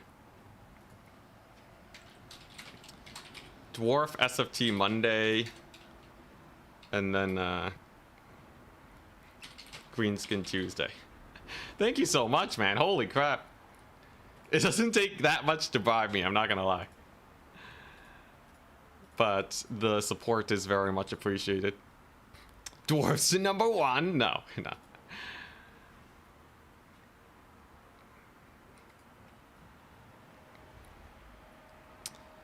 Value ceiling is probably Slanesh.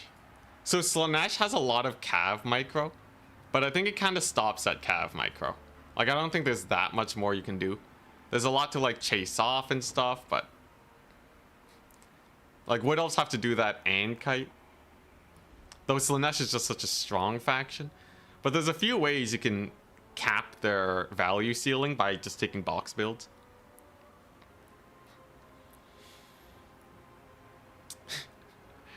Grand Cathay, because guns are so hard to micro.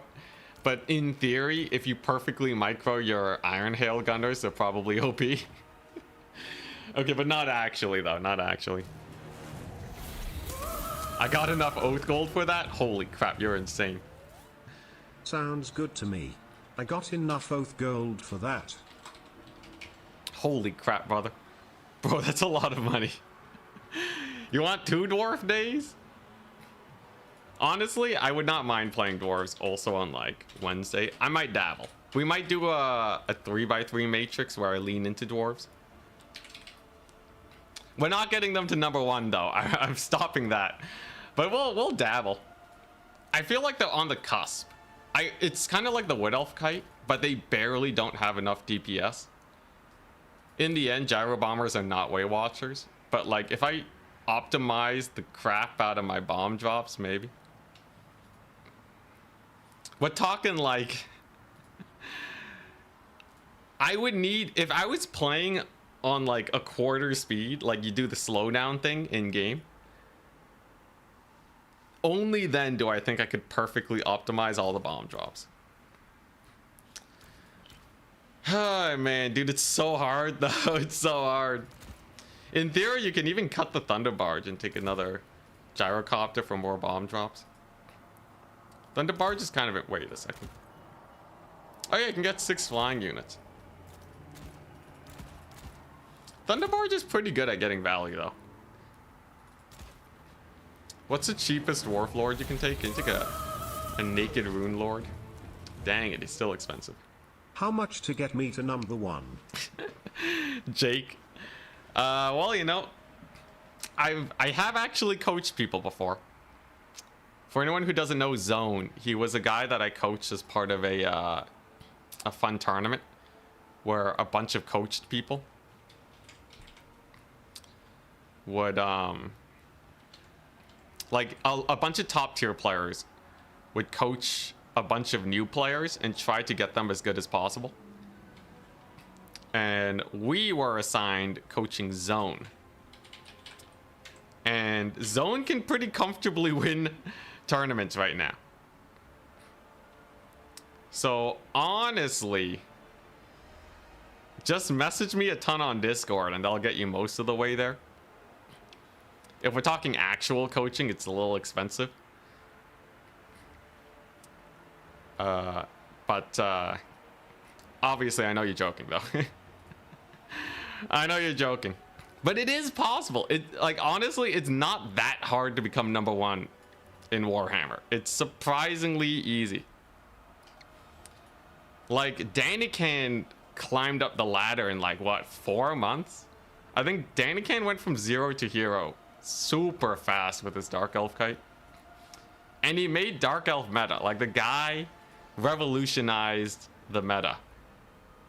Before, people were saying Dark Elves were the worst faction, or like one of the bottom tiers. Now they're actually like A tier. I think Slaanesh is an easy faction to suck with. Yeah, the skill floor with Slaanesh is rather high. You can get screwed over pretty hard. You kind of need a baseline of really good cav micro. And from what I've learned, people don't naturally have that because campaign doesn't teach it to you. Anyways, either way, thank you very much for the $2, Jake.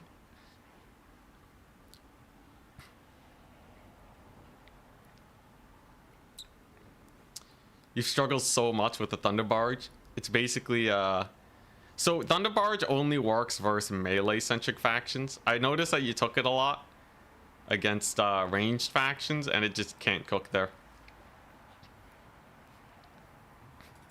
You know, it'd be a hilarious dwarf build. Gyro spam, right? So you take all of this. You take a 900 gold Demon Slayer. And then you say, come at me, bro, right? Does this die, though? I'm pretty sure it dies to, like, if they just have a couple flyers. They're still gonna ward away your gyrocopters. The build has 3 capture weight. What if they're... Because Dwarven artillery is pretty high deeps, though, right? And if they're rushing you with infantry, your bombs are probably gonna get more value. And then in the late game, you can spam the capture weight, or like the slayers. So like the late game, you just spam giant slayers. Hell, you can defend these with giant slayers. There's no way they uptrade against that, right? And they just nail the bombs. You're gonna have to be really on point with the bombs, but technically if you do that, free win. Bolt thrower spam. It's too expensive though. 750 is a lot. It also doesn't actually have that much DPS unless they have something big and monstrous. But your bombers already do well against that. The biggest issue is that dwarves don't really have a way to kill Furies effectively. Like, if they send 2 Furies at you, this will do well. I am kind of tempted, though, to run organ guns. Because you know what does kill Furies and Harpies fast? These bad boys. Organ guns would absolutely annihilate. The other option is to say, screw it, I'm spamming cannons. I could totally see on some maps this doing well. Because the infantry just doesn't cook. Unless they're giant slayers.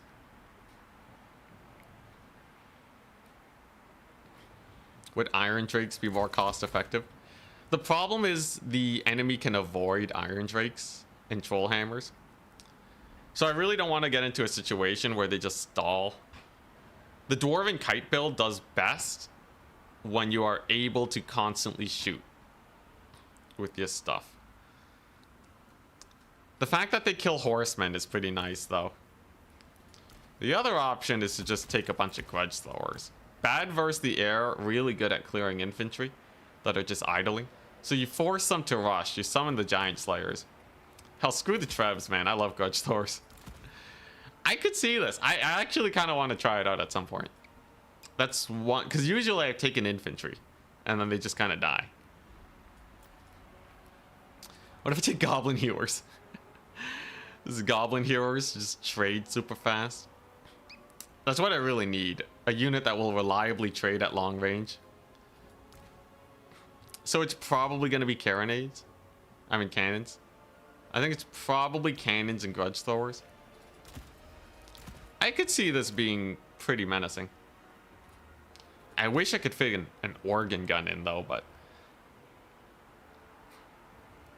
this will do. Yeah, artillery mixing. It's not bad. It's yeah, it should do pretty well.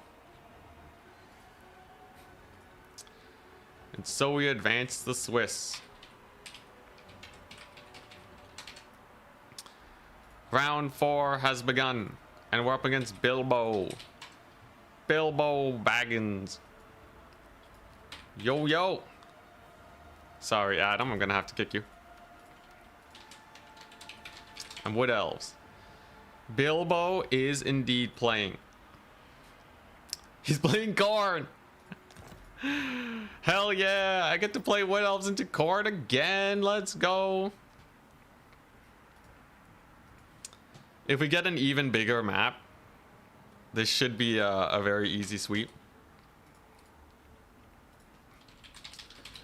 I'll ban, what? Creeping Swamp, maybe? Is Creeping Swamp a good map? Yeah. And Creeping... I could ban Dunes. I'll ban Creeping Swamp. So the Dunes of Cain are proving grounds. I'm assuming he's going to want to play on Dunes. Power tripping. Power tripping. Dude, they just keep giving me, they just keep giving me Khorne. How am I not to power trip? So I don't need Blessing of the Ancients, but Awakening of the Wood will be pretty fun. Slow down some of his units. I kind of like the build that we had last time. It felt pretty good. You don't need that much cavalry to beat Khorne's mobility. So, very similar build to last time, I think, is all I need. Yeah, easy until we face Undead. Bats 3.0. The bat spam. He's gonna bring the gold chevron bats. What graphics card are you using? I think you can see it on my Discord. But I think I'm using a was it a 4080 Ti? Before you think I'm made out of money, I actually won it. I won my PC in a Warhammer content creator tournament when they were launching Warhammer 3. It was sponsored by Intel. So they gave me like a 12,000 whatever Intel CPU. And that lets me get 60 FPS on like basically max. It's so sick. It's so sick. That was the biggest tournament win I've ever gotten. His PC's literally a trophy. Oh my gosh. And I barely won the tournament too. I almost lost to Ogres. It was crazy. Does Khorne mobility max do well? It shouldn't if I just spam a couple spears and box up. And most of it is too expensive. But if you're spamming flesh hounds, I'd give it a hard maybe. Which win rate did we leave Demons of Chaos at? 55%. I think ogres are like 57%. but they were 55% a while ago. So we technically tied it.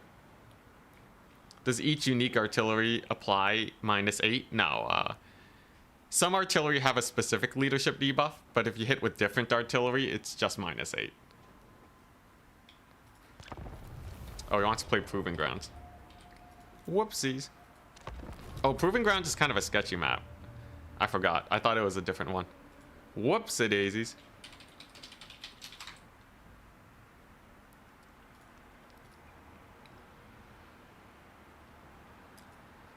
You've been going strong on your gaming laptop? Hell yeah.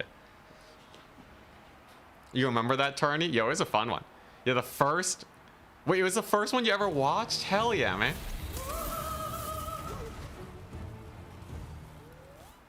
Alright, last throw of gold into your face. Dang. Will you do another watching replays? I always feel like I learned something from those two. Always try and improve, and you seem to be the best to learn from. Yeah, sure. Yeah, Unknown, I'll actually... You've given as much money to actually pay for like coaching sessions at this point. I might as well cover your replays and all the other ones that I missed. I am happy to do so, man. That is it's a lot of money. I appreciate it very much. I'll do it at the end of the stream.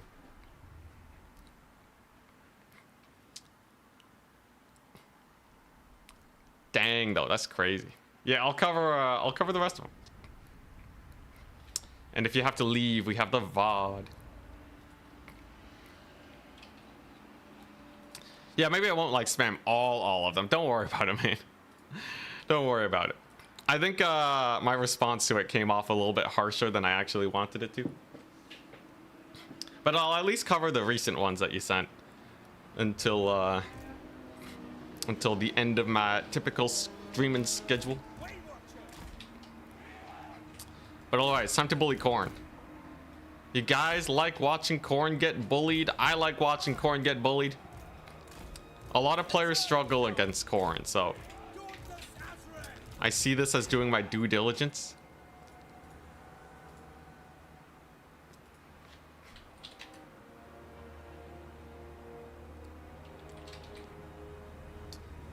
Let's see here.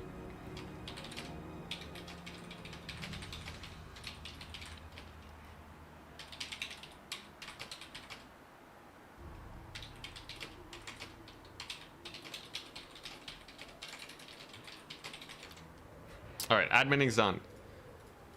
But yeah, anyways, that's just an excuse for me to bully Khorne. Ready, good luck, have fun. It's a classic, right? This is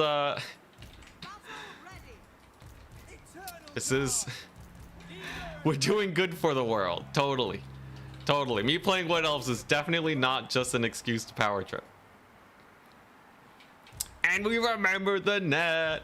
Huge. Now, he still might win. There's always a chance for me to make a misplay or people get some inventive builds. But this should be pretty rough. So, Chaos Warriors, Marauders, Chaos Warriors, a Valkia. 3, 6, 9, 10, 11. We have one unit we can't see. If you've ever counted pills, then playing Warhammer will actually be better for you. I haven't counted pills, but if I ever, you know, stop streaming, my backup plan is to work at a pharmacy. Even though otherwise I'm completely unqualified. And now we bully Valkia. Now there's a lot of infantry here. I want to get flanking shots with my Way Watchers. I think we're going to position here and then shoot this way. I think that'll be the best play for them. Not a lot of mobility, but he has some Flesh Hounds to start off with. So that means I probably should get some cavalry. We can bully Valkia to land because my lord actually does 1v1 her. Turns out being a ginormous dragon is pretty hype. She doesn't have her invulnerability though, but this should still work out decently for us. So we're just gonna take a pot shot over there. Marauders don't like that very much. I guess I don't have healing though. That's a little sketchy. But yeah, Valkia. She's... you know, she's actually tanking it out pretty decently.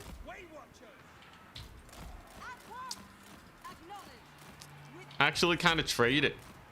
Kind of ended up just trading with Valkia.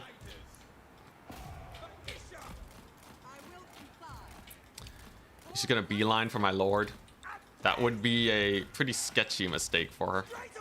I don't need to trade up super hard right now. We can actually kind of take it slow and make it happen. I just got to kill off these doggos. Yep. So that's the problem with dogs, right? They die so fast. So they just got bullied. A little bit of damage still hit us though. A little bit of a volley on Valkia. We just want to eventually get her out of here. Actually, dogs are kind of sticking. Only killed 10 entities, but this Waywatcher unit is a little injured now. So I have to be a little wary. Let's actually just net these Fleshhounds too. Kind of have a vendetta against them because of how menacing they can be.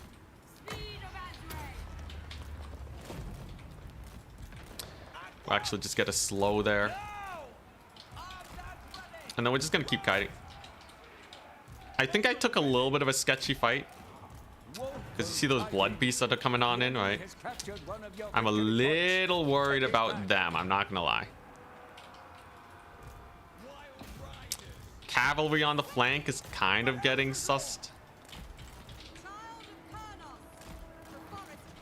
I'm not gonna lie, it could certainly be a little better here. I also haven't really used Arrows of Khorne to the max of its ability either. Gets a very nice Valkia spear. Ooh. Opponent kind of cooking right now. If I can bully Valkia enough, we're still in an okay position. But the fear is there. The fear is definitely there. In the end, he doesn't have a lot of capture points, though. He doesn't have a lot of tickets, right? So in theory, as long as I trade up here, we'll still be fine. I'm not on a huge timer or anything. I just have to be a little careful against the Valkia. Thankfully, my infantry are god tier. And Valkia is indeed going to be dying. Furies have arrived. Will they do something or will they die? We will see. It appears they're probably just gonna die. Arrows of Khorne on the Valkia is nice.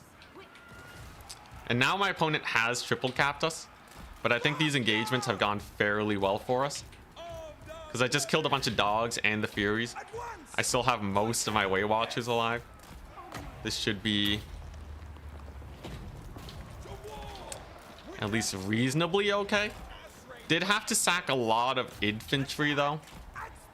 I would mark this position as questionable, but not the end of the world, especially with Valkia so low. If we can get a kill on her, that would be amazing. This is the part where we just kind of sit back and stay comfy. And hopefully just get a bunch of sick trades. A couple more dogs have arrived. A lot of dogs I'm noticing. Opponent's definitely sending a lot of dogs my way. I don't envy those Chaos Warriors though. This backline dive is going to actually result in some very fast trades too. So I'd be slightly worried if I was my opponent. Look at these Stag Knights, right? They're having a great time. Does get another catch on the Waywatchers though. Will we lose a lot of entities, however? The question of our time. And can we actually army wipe so many Marauders? This is a very Marauder heavy army. I think this unit I could net him and get a breath attack. And I think I will. I kind of want him out of here so that my Way Watchers can get more work done. Because they could technically kill these warriors, but that's not really an efficient use of their time. They're just gonna push there instead.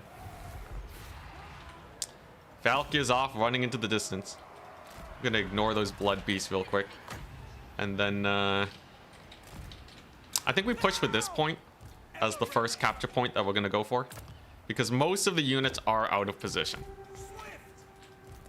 Actually, no, the middle looks not bad. Maybe I'll go for the middle. Time is a little bit of the essence. I feel like we haven't done as much damage as we could have. So definitely well played from my opponent. How are the Khorne Gores going to do, though?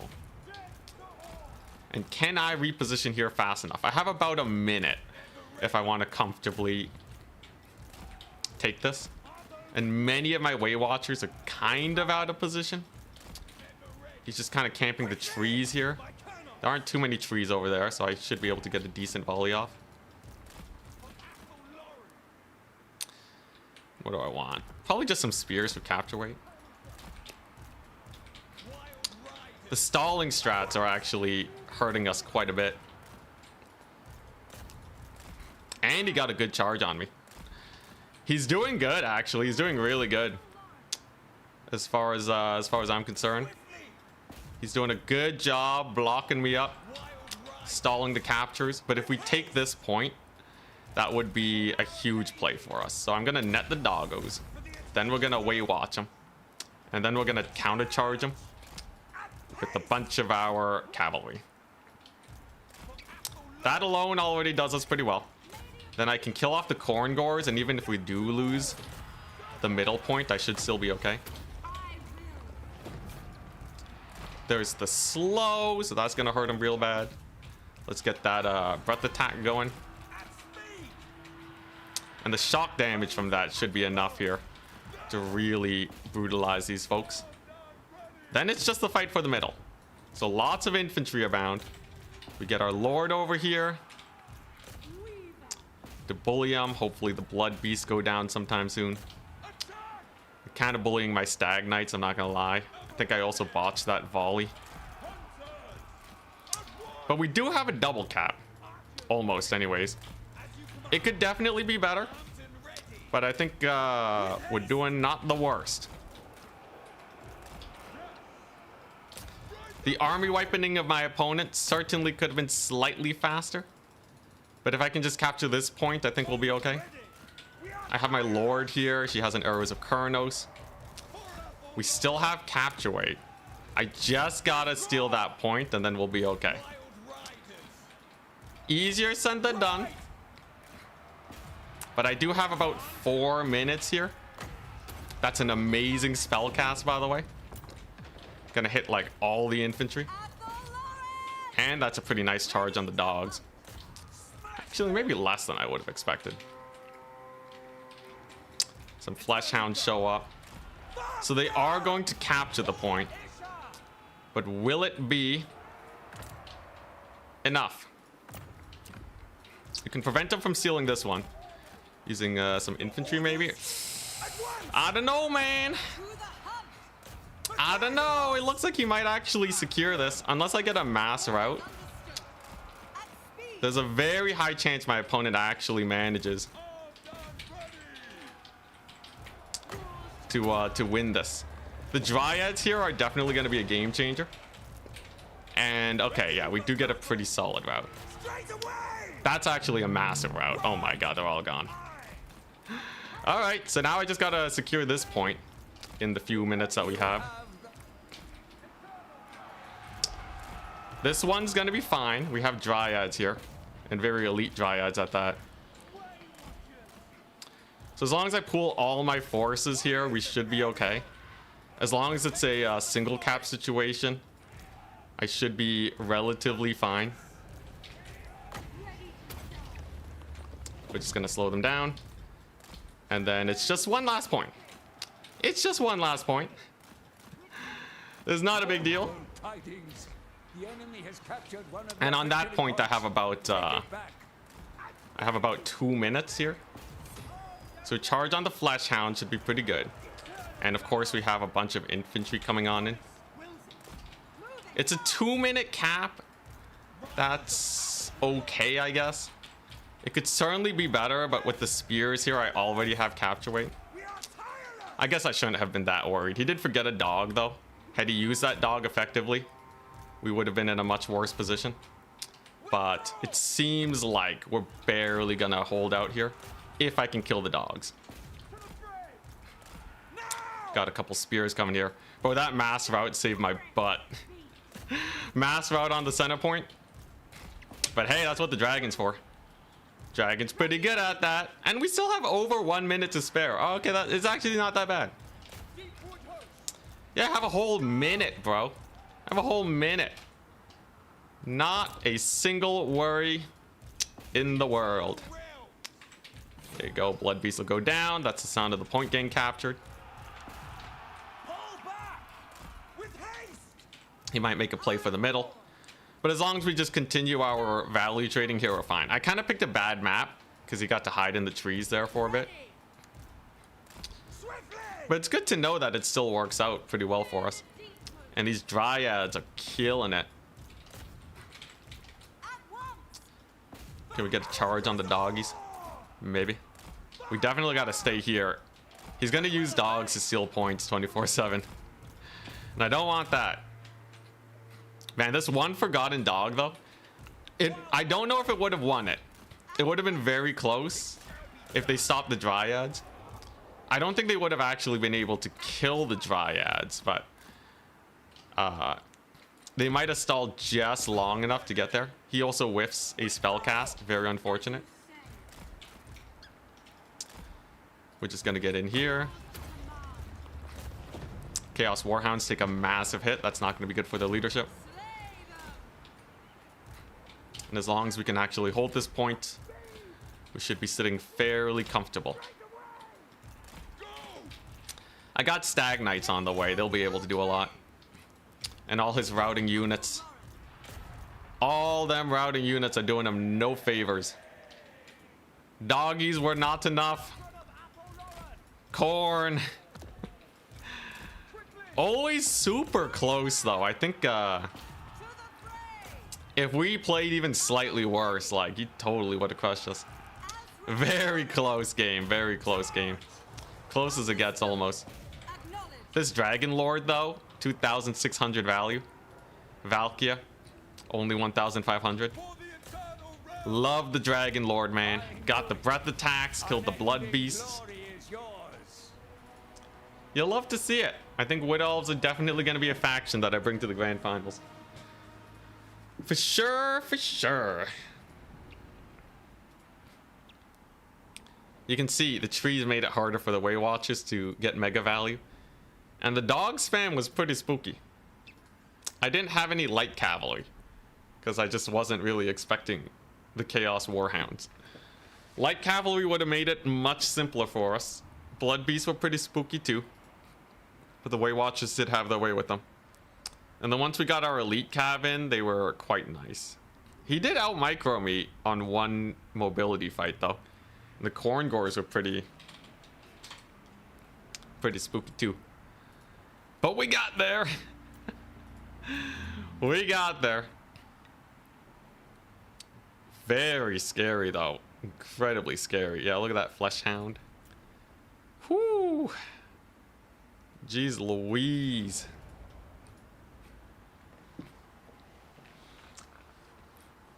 What does someone need to do to get into the Grand Finals? They need 3 points from either winning or getting bye rounds. If they have that, they'll make it. So that's Wood Elves versus Khorne again, elevating that Wood Elf win rate. I don't know why the win rate's 51%. It really should be higher. Wood Elves are an incredibly strong faction. Though obviously, like, it's hard to play this build. But I feel like even if my opponents play it almost perfectly, we're still coming out on top. Like, my opponents can play it perfectly, and I can play it mostly perfectly, and then we win. So I feel like this is pretty strong. Are the kill value numbers actually accurate? Nope, not at all. Especially against kiting. For some reason, skirmisher value doesn't get tracked properly. I asked C8 to fix it months ago. I guess they're still working on it.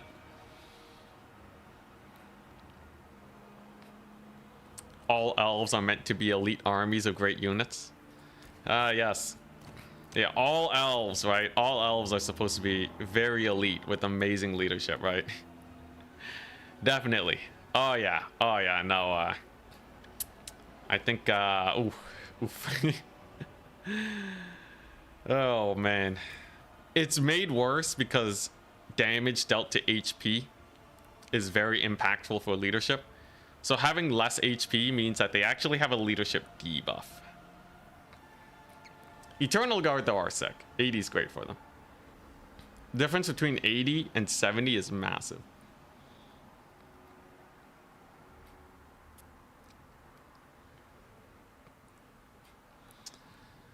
Win. Yeah, if you want to make it to the grand finals, you just win. That's what chat's been telling me. Now, who are we going to face in the grand finals? How many people have 3 wins? Let's see. Seems like myself, we're at 4. Bilbo has 3. Pontim's Claw has 2. We have, let's see here. Risotto and the Mighty Guck. They both have 2 wins, so the winner will have 3. Berserk. Let me refresh real quick. Is Berserk gonna make it? Berserk has 2 wins, so if they win against Bunop, they will also get their city. Pontim's Claw has their 3 wins, so they're already in. Martin and Adam TM are also fighting it out. A lot of big names. Even 2 bye rounds didn't get me to semis frown. We got 2 bye rounds? Oh my gosh. Rip, man. It happens. It happens. Yo, if you ever want me to send builds though, hit me up. I can set you up. What faction are you playing? I'll give you a good new player generalist build. Are the most meaningful stats HP, 3 most meaningful stats, HP, armor, and speed? I think when I analyze a unit, HP, armor, and speed are generally the most important things. Because if you look at Forsaken, right, they actually have really bad melee attack and melee defense, but it doesn't matter. In fact, most melee units kind of do well by themselves. I think armor piercing is close though. It's a toss-up between armor and armor piercing because they kind of counter each other. You could also make a point that leadership is really important. If you gave me a bunch of stats and you hid one stat, what stat would be the most impactful to hide? I would say speed is probably the most impactful, followed by HP. Because like if you look at Hellstriders, right, 100 speed, if you hide the speed stat, right, like that makes a huge difference. Cavalry being 75 or 100, bloody massive. HP is super important because demonettes by all measures are really strong, but they lack the HP, so they kind of get screwed by that. Leadership's a weird one. I think leadership might not actually matter that much.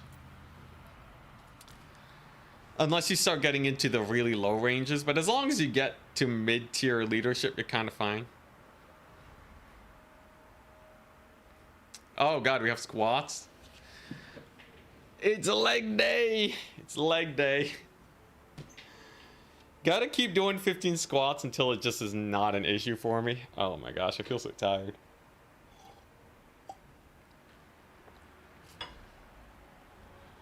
To be fair, demonettes are supposed to flank. At that speed, it's not fast enough to flank. 50 speed is really good repositioning speed, but it's not actually good flanking speed. Because when you get countercharged, you just die. You need cavalry speed, like at 75, to not die if you're flanking. Because then that way you can actually run away from other cavalry. Oh, my legs. My legs, man. 5 more. At what point do squats become easy? Like when I do bicep curls and I do 10 pounds, I can just go ham now, right?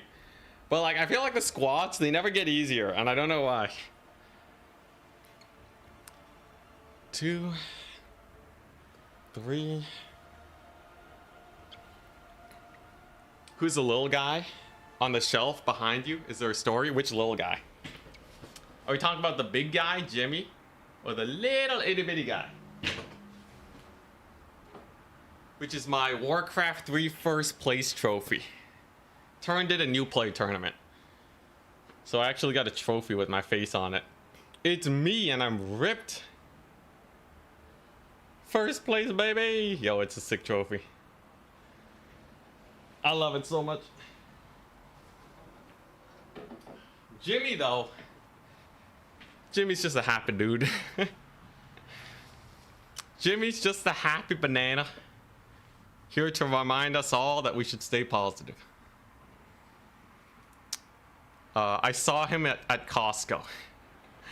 My mom sent a picture to me. She's like, hey. There's this plushie in Costco that's cheap. You want it? I was like, hell yeah. Hell yeah, give me that. Got him. Best grab of my life. I think like my sister was originally planning to buy it for her friends, and I'm like, you know, I kind of want one myself. I kind of want a plush. And now he has an emote. Yeah, there you go. Cracked wind with the Jimmy emote. Whew, man, why do 15 squats win me so much? I even ate good food today. I had an egg. I had some snacks. Why do I feel so weak?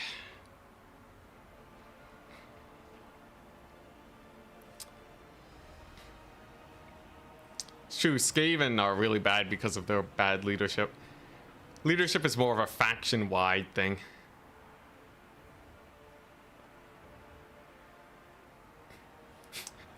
I said that they're supposed to, not that they're good at it, referring to Demonettes flanking.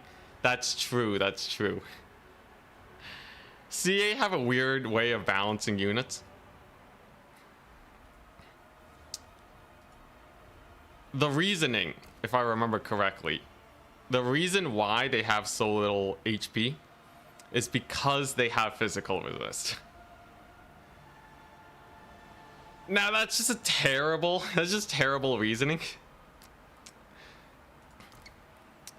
Chaos Warrior of Slaanesh has 2,200 more HP and 90 armor and silver shields. They don't need physical resist, right, to be tanky. Like, this just makes it, if you reduce their HP and give physical resist, all you're doing is you're making an average unit that's also weak to magic. It's not a benefit, right? You make this a negative. But CA being CA, I don't think they have a lot of like super hardcore multiplayer folks in there. So they don't really like reason that out as much. It's more just like a thematic thing for campaign.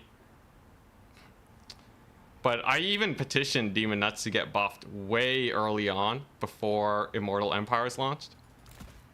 They used to be weaker. I asked them to give them more charge bonus and stats and all that.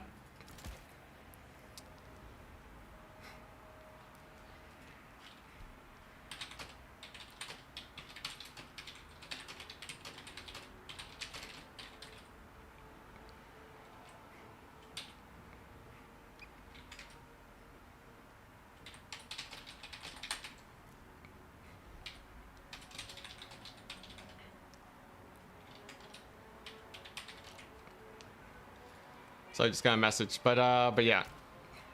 I don't think they have enough people that are like really getting into the weeds of like super close trades.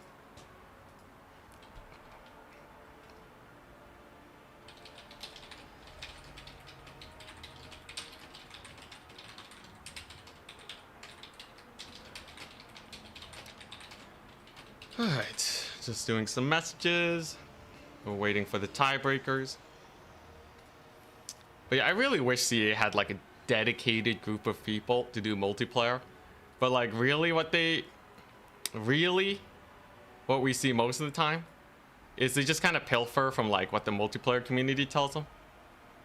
And that's basically it. Like they don't really have the time to do much. Also, yeah, 20% physical resist doesn't make up for the lack of HP. Even if...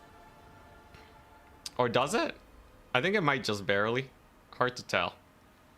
So, a demonette compared to a completely naked unit like a marauder, I think they would actually have the same overall tankiness.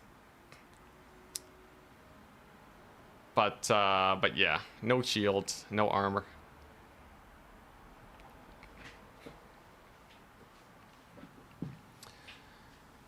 Oh.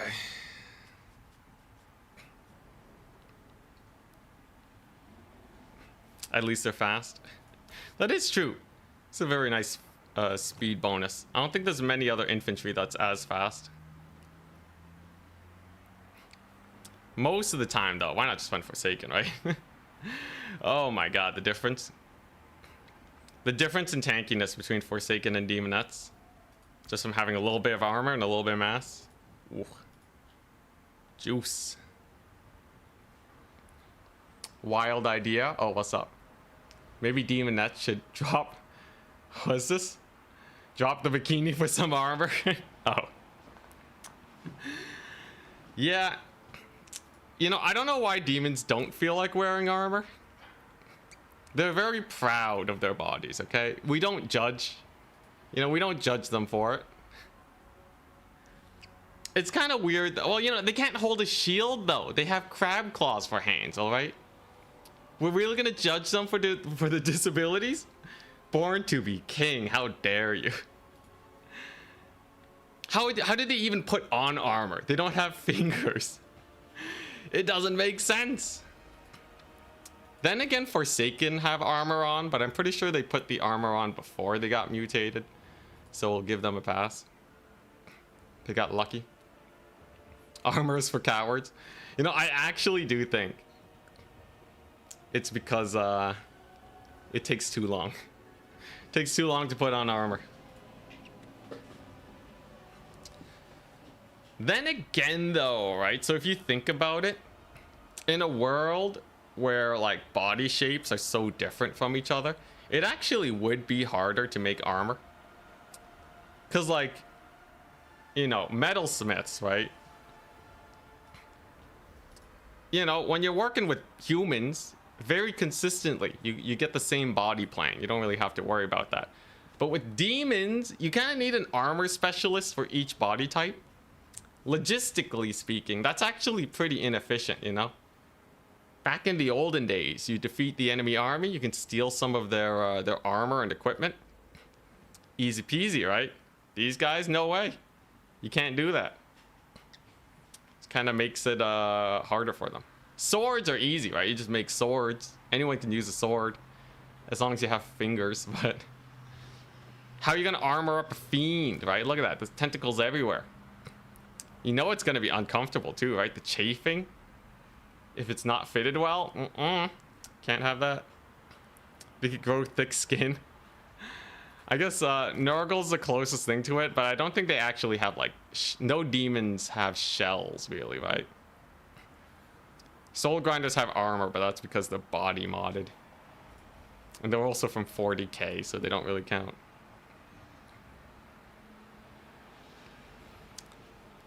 Why doesn't the Demon Prince wear any clothes? Same issue. And you're constantly transforming, right?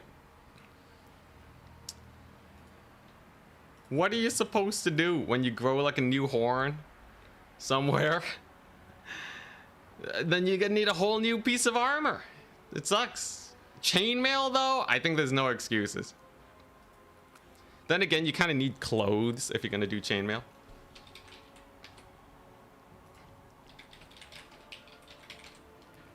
Yeah, that's a bit of an issue there, right? You need clothing. Because just chainmail, it's chafing again. A fiend really wouldn't be that hard. Are you sure, though? What if they bend in all weird directions, right? You don't know if they have double jointed elbows, right? In even the heaviest and most immaculate of plate mail, the elbow, they would still need to have chainmail here, right?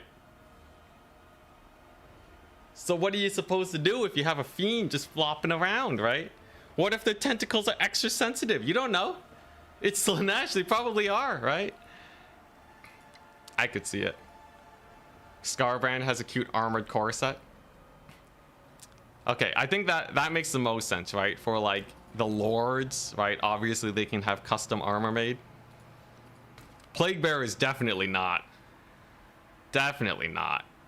All right. Get the belly stretcher. Look at that belly. What if fiends enjoy a bit of chafing? You can get armored fiends, but they're just constantly taking damage.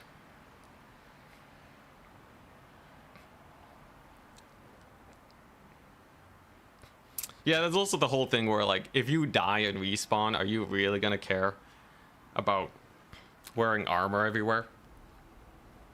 Like, it's like, imagine, like, you know, like, no one wears chainmail gloves for normal kitchen cooking, right? So in the same way, we might look at the Chaos Demons being like, why don't they wear armor? You know, maybe like an oyster would look at us and be like, their hands, they're so exposed. How are they? They're just cutting? They're just cutting meat without gloves? And it's like, yeah, I'm gonna be fine if I cut myself. It's chill. And the demons are very similar. Okay, we're finally done. We're finally done the round. Top 4 time. Here we go. Who do we got? Healthy amount of people. We have me and Bilbo Baggins. We don't have to play a tiebreaker. Authenticity at Bilbo.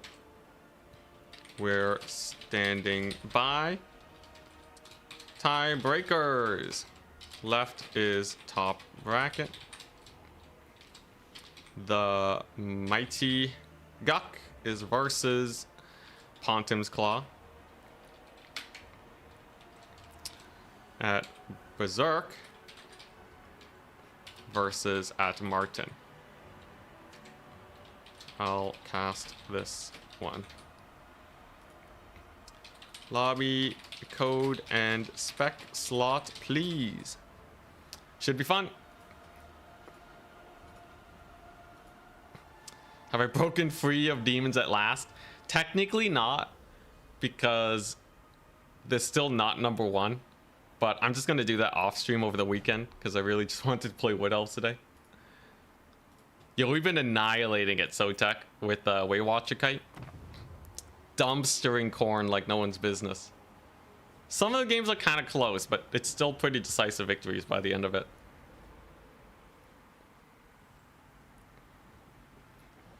Happy to have you here, though. For anyone who doesn't know, Lore Master of Tzeentch, great content creator, makes Warhammer lore videos, has podcasts and such. It's great.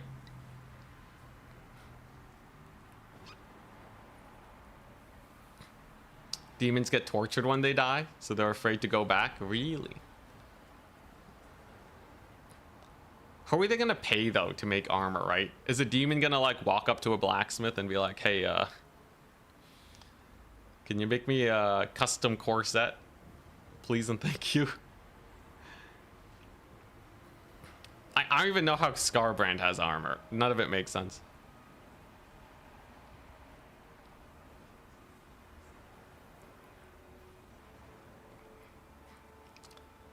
Just hard to do infantry kite.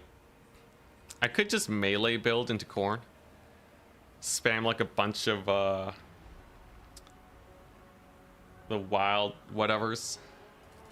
The anti-infantry 900 gold guys. I feel like that do well versus a lot of Khorne builds.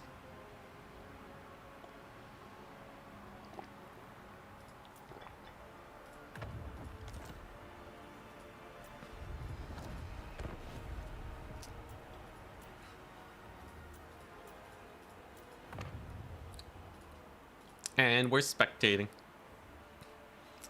Will Martin beat Berserk? Martin's been playing a lot more recently. Berserk has been playing a lot less. This is one of his first tournaments back into the scene. So I'm interested to see how he does here. Triple Chevron Blade Singers. If they didn't die so hard to monstrous infantry, maybe.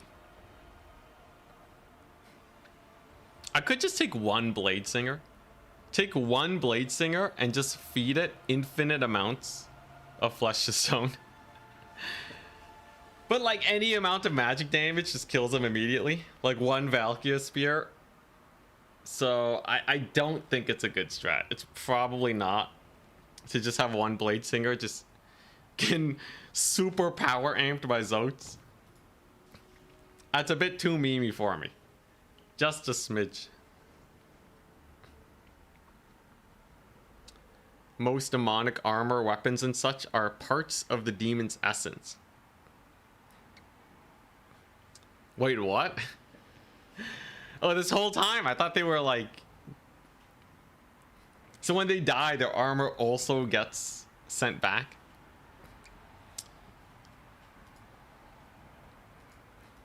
So I guess that means that... like... So like demons are made by like the sins of man and their thoughts or whatever, right? So like when people think about sinning, they just don't think about having armor. Is that... Can you sin with armor? Like how Slaneshi can you really get in heavy armor, you know? How Tzeentch can you really get?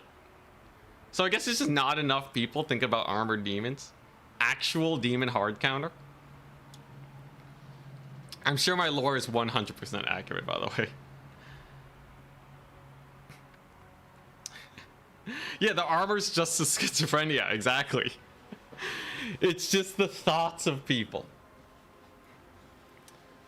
Thank goodness. That's kind of wild, though. Huh.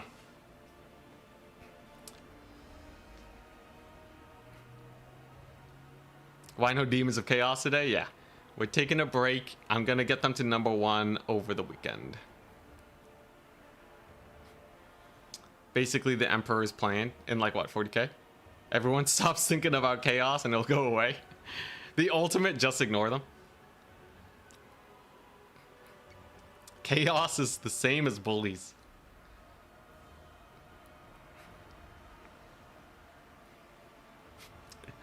Normally, if you hit a demon with anything non-magical, they'll laugh at you.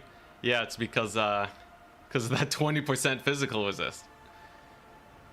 Imagine you get shot by a bullet, and instead of going through you, it goes 80% of the way through you.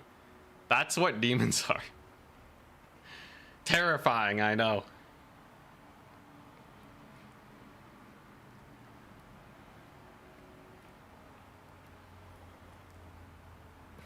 What will be the next faction to boost the win rate? You know, I've actually been thinking of playing Vampire Coast. There's a new meta with Coast where people are spamming dogs 24/7. And I think that's hilarious. It's actually a dog meta. After all these years, it's still very much a man-tide type of strat. But the idea is you summon all your cheap zombies, capture the points at the start. The enemy takes so long to kill off the zombies. And it's so grindy that their front line gets worn down. And they just start sending dogs to kill off all their capture weight. The end. You just send 1,000,000 dogs.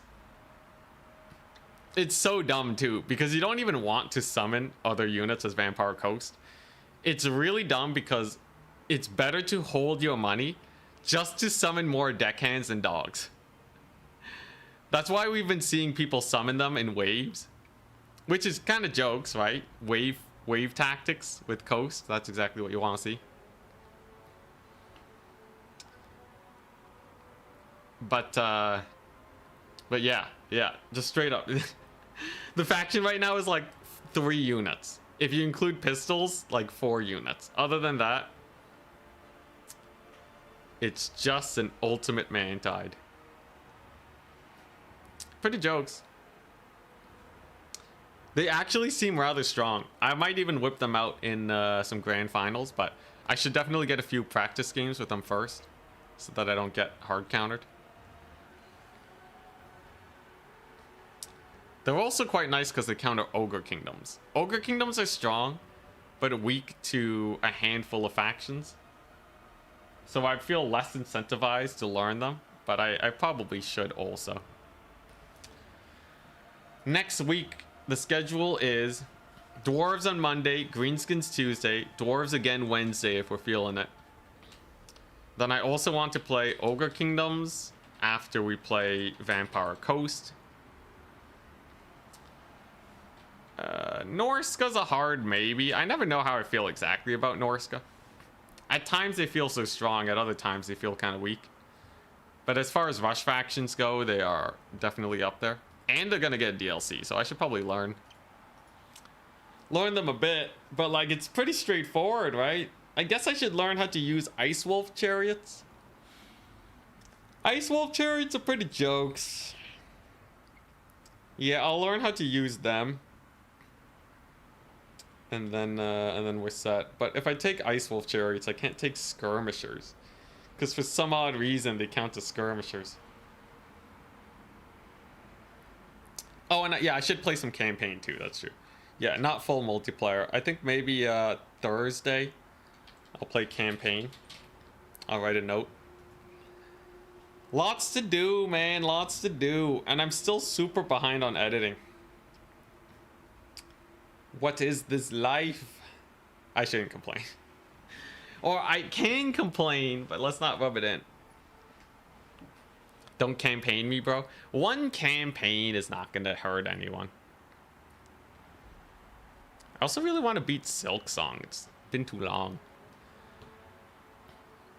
But Silk Song would be like a post-stream kind of stream. So like I'll stream this normally and then I'll play some Silk Song. These build times are wild. It happens. People don't want to get super screwed over. When I was going super hard, competitive back in the day, I would also take a long time making my builds. Because also you have to spend a lot of time to think about the matchup if you're not familiar. And the stakes too, you want to do well in the tournament. I've been here for so long though, it just matters less, but yeah. The demons of Warhammer 3 are much weaker than their 8th edition tabletop counterparts. Wait, demons had a 33% ward save?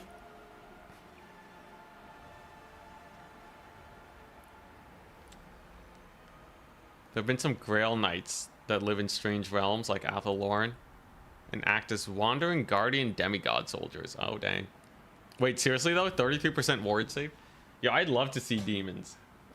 Just give them some ward save, why not? It would make Nurgle actually really cool, because healing is what scales with ward save. 5+ ward save against everything. Wowza. That's kind of crazy. Oh my god, you know what else is crazy?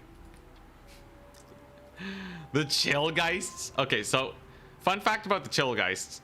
Maximilianaire, our resident vampire count's main, has sworn off of them entirely. He thinks they're a complete meme. He wouldn't even take them to meme. He hates them so much. It's because they're expensive. The physical resist is okay. Their HP is okay. But they're hella expensive and have no armor, and magic attacks will dumpster them. 94 speed though, so they can keep up with Hellstriders. And a Strigoi Vampire Lord with some Vargeist to countercharge. Will they work? Berserk hasn't been here for a long time. So maybe he's experimenting. Maybe it's some weird old meta stuff. Doom and Darkness, okay.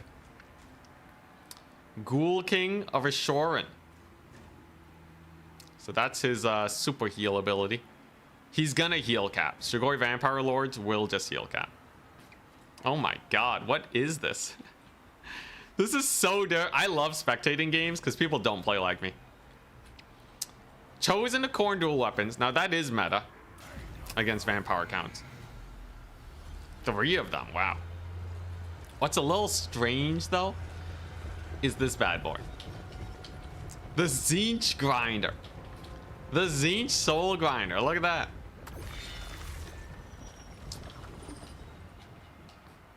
Here's some cinematic shots. So this bad boy, what makes it good? The more units that die around it, the more units that die around it, the more it powers up. So it gets up to 33% spell mastery.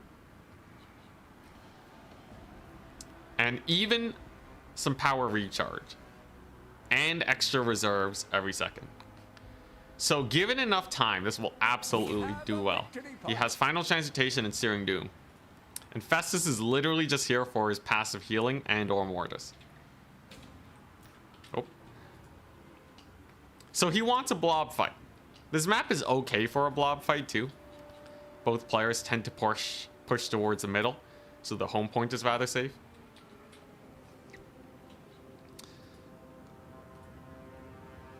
But I feel like Vampire accounts should be pretty comfy, right? This is a very slow build. And there's a lot of cavalry here. So if the Warriors of Chaos go here to capture, Vampire counts are just going to steal the back point. Which means Warriors of Chaos kind of have to wait. Now this is a strategy that is known.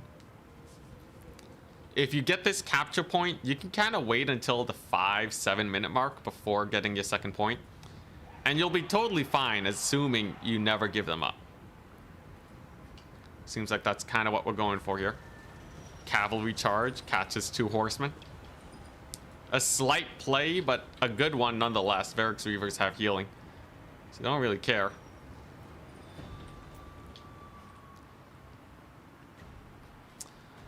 I'd say this is generally comfortable for both players though. Like they both have their plan. It's kind of even. I'm a little worried about the Chillgeists. They don't have a lot of targets. There's even some Dragon Ogres here, and the healing is pretty nice. So the Marauder Horsemen are healed back to full. But Vampire counts are certainly getting tickets. The thing is, it doesn't really matter, right? The thing that matters is when the big push happens. Will Warriors of Chaos actually be able to secure the point? They don't really want to blob versus Festus. It's kind of funny. Festus is good when you blob, and it's good when your opponent blobs. He's a bunker buster, that's for sure. How good is Festus? Generally not that strong. He's quite weak. I wouldn't be surprised if the Strigoi just kills him this game. 52 melee attack to his 50 melee defense. But you have charge bonus. He has healing. It would be much easier if there was a bit of sniping. So there's no Gaze of Nagash, right? I think Gaze of Nagash is severely underrated. If he brought it, Festus would just be dead. There's no anti-air here. You camp directly above him, shoot his massive hitbox, and he's done for. I think that's the big thing keeping Warriors of Chaos in the game right now. Big play though. A swift charge into the Forsaken gets a little bit of damage. If they don't die, however, Festus is probably just going to heal them up. Are we going to see a Strigoi land on him? You know, the fact that he has no abilities means he's actually rather cheap. Dodges the breath attack too. Nice play. Whether it was accidental or not, I'm not entirely sure. But that's pretty nice. Second capture point taken. The ball is in the Vampire Count's court. They gotta make some sort of play. Catching some Marauder Horsemen's a good start. Dogs on the Forsaken's okay, but it gets them ready for the Chillgeist charge. Are we gonna see some routes? Terror is definitely a threat here. Crypt Horror Summon. Okay, nice.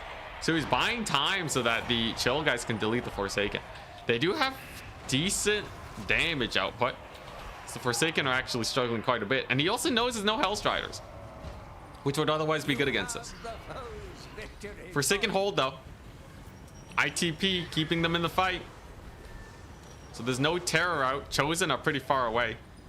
Did the Warriors of Chaos overcommit a little bit? They did go for that second capture point rather early, but now they're kind of being punished for not having their entire army consolidated, right? And the fight is intentionally being taken away from the Sorcerer of Metal. But a Final Transmutation. So this is the big counter punch, right? This is the counter all blobs type of playstyle. Lands directly on the Strigoi.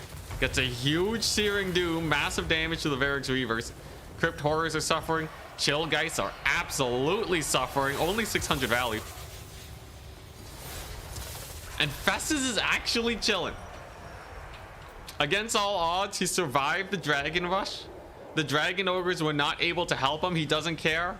He says he's gonna help himself, and boy does he. Staying alive. HP's looking good. And that was a pretty bad trade for the Vampire counts. Gold damage value is not entirely accurate, but a 2,000 value difference is still a 2,000 value difference. We can trust that. It doesn't matter if it's 500, even 1,000 gold off. That was pretty nice. Not to mention the healing too. Dogs are crumbling. Varix Reavers are about to crumble. A little sus. One day you hope that they add Drachenfels in the game. Yo, Vampire counts with archers though would definitely need a faction redesign. They already have the Mortis, which is a blob buster. I feel like they're already making the melee factions, you know, like Slanesh have range units. Gotta be one that suffers the box, right? I do feel like the Mortis engine could be, I don't know. Vampire counts actually have a good win rate, so I don't even know if they need more. Somehow, some way, the faction balance has actually worked out pretty well for them, despite their weaknesses. But usually the solutions are kind of janky, right? Like getting some weird spell combos. You know what else is weird? Swords of Chaos. So now we have seen the Swords of Chaos and the Chill Geists. Two very uncommon units. Because they suck. Yeah, Swords of Chaos. They're technically Grail Knights with their stats. Or Grail Guardians. They're actually very similar to Grail Guardians. They have a cool charge bonus thing, but their entity count is kind of rough. And they're also slow, right? Yeah, they have 70 speed. Oof. Not the prettiest situation ever. And a rear charge from the Vargeist will absolutely delete them. I would say that is a pretty big blunder on the Warriors of Chaos side. Losing one of their most expensive units in the entire game outside of some of their single entities. And there they go. How much value do you think did they get? Let's see. Swords of Chaos. Boom. 600 value. Huge. Absolutely disappointing. That completely got the value back for the Vampire counts. Sad to see, but there are still Chosen of Khorne dual weapons here. One of your units has been destroyed. Yeah, they had the fire proc, the fire damage, the magic attacks. Paper hammer, guys. Paper hammer. Oh, they don't even have magic attacks. Wow, that's disappointing. They have the weakest melee attack boost. But hey, extra damage to buildings. Oh my gosh, and he leaves. Unending glory is yours. Okay, now that felt like a little bit of an early leave. I do think it was pretty sus. But Martin generally doesn't Got stay my in battles licorice delivery, baby. once things What go did I slightly miss? behind. Got your licorice delivered. Warriors of Chaos got dumpstered in the mid game. Although I feel like he could have scrapped it out. It felt like there was potential there. Festus was still okay. This guy got a lot of value. In the end, he just doesn't really have an answer for the mobility though. So it's very likely cavalry charges would have finished off the remaining Chosen here. Yeah, two of them have 0 gold value. They were being ignored the entire game. Personally, I think it's a little bit of an early leave, but we don't want to judge the players. Maybe he has something to do. Maybe he just doesn't want to stay in a game that looks like it's over. He wants to practice with other people. We may never know. But that means they're going to be facing off Berserk versus Bilbo Baggins in the semifinals. I'm facing the winner of Pontum's Claw and the Mighty Guck. Morale broke in real life. I have had a few instances where players leave early because something IRL happens. So, such is life.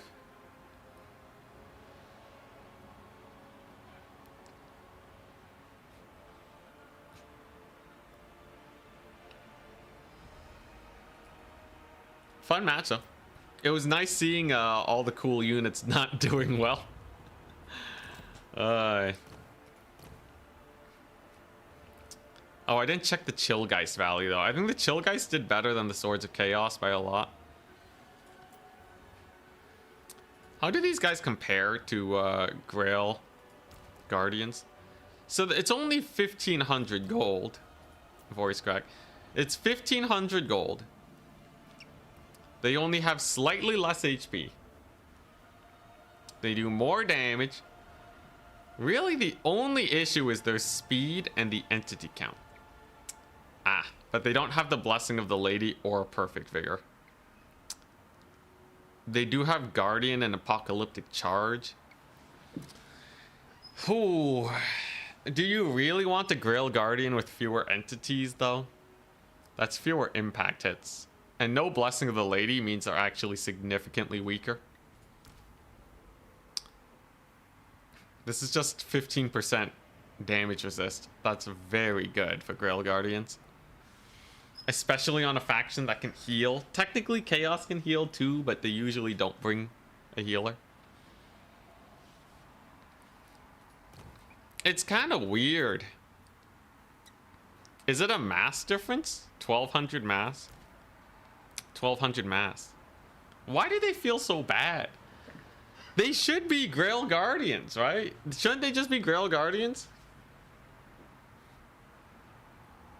I know Grail Guardians aren't meta, right? But like, they're basically there. I guess the speed, right? The speed is the nail in the coffin for them. It's probably just the speed. 70 speed is pretty garbage. That's some of the slowest cavalry speeds in the entire game. I think, let's see how does it compete with Lizardmen Cav, which is also really slow. Okay, never mind. Okay, Lizardmen Cav still haven't been buffed. So they're still in the dumps. Bro, the Feral Cold one has 70 speed. Just give the normal Spear Rider 70 speed. Lizardmen could really use that.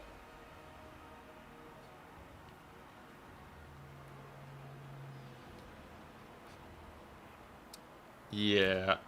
And even then, 70 speed is like nothing compared to the actual Cav factions. 84 speed across the board and Alberic buffs.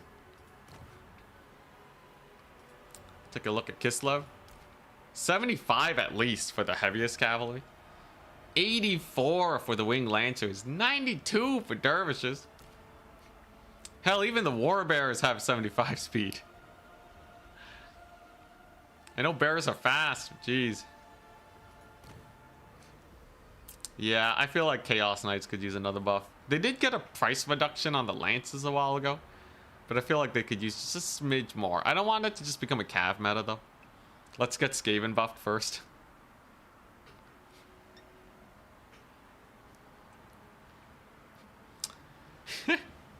Kindle Flame, Swords of Chaos. Ah, hell yeah.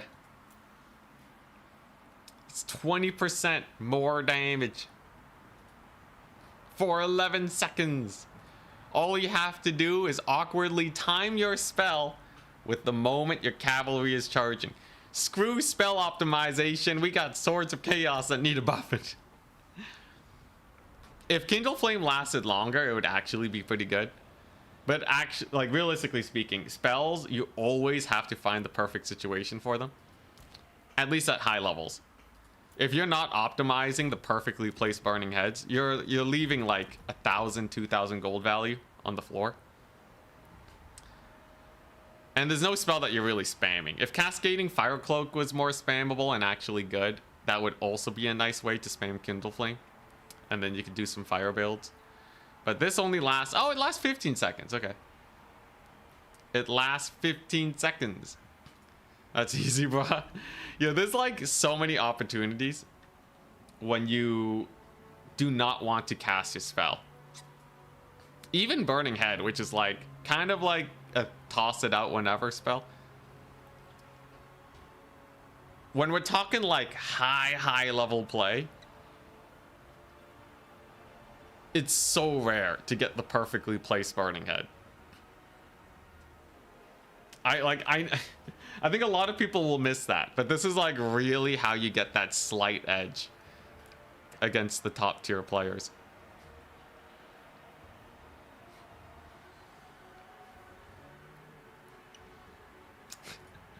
Yeah, Kindle Flame lasts 15 seconds though, not 11. So that does actually, that's a decent amount of time. Hell, people even mistime buff spells. People mistime buff spells. Timing Kindle Flame is even harder. Now, if there was a spell you would want to use in a cavalry fight, it would be a bit better. But none of these spells you actually want to cast as cavalry are charging each other. If there was like an Occam's Mind Razor, but Lore of Fire, I could kind of see it though. Or like a, you know, it'd be really nice. Flesh to Stone on Lore of Fire. So you flesh to stone your unit. They take no damage. They deal more damage. That would be hype.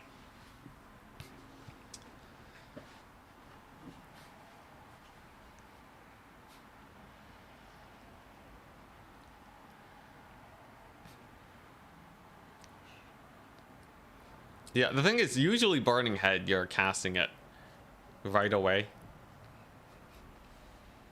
The odds that you're going to get a cavalry fight while your Kindle Flame is active is pretty unlikely. Because you're usually casting Burning Head on the offensive too. Maybe if you combine it with the cav charge. The, okay, if we do the math. So, Swords of Chaos got 600 gold value on their first charge.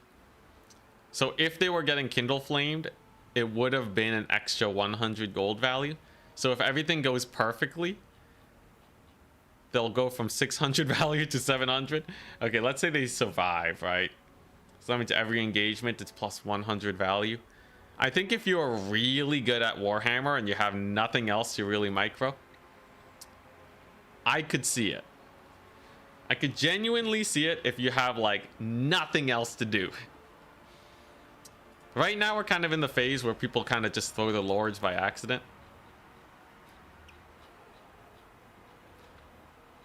So very likely it doesn't work.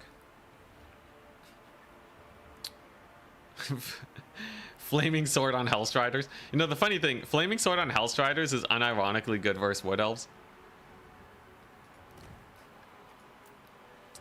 Because Wild Riders have physical resist.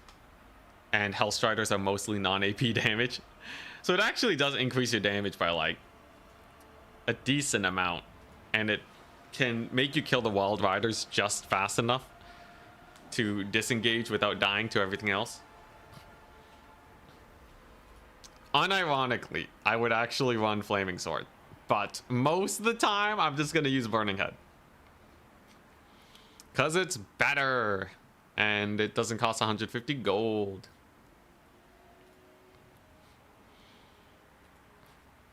Cascading Fire Cloak. If Cascading Fire Cloak gave them like damage reflect, you know, that would be hype.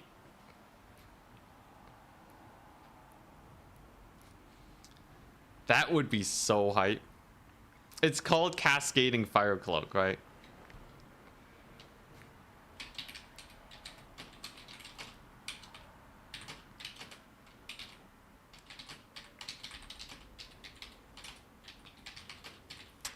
Into spell reworks.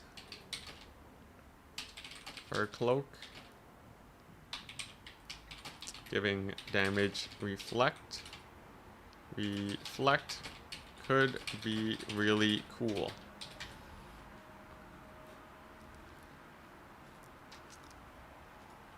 then it might see play in cav fights.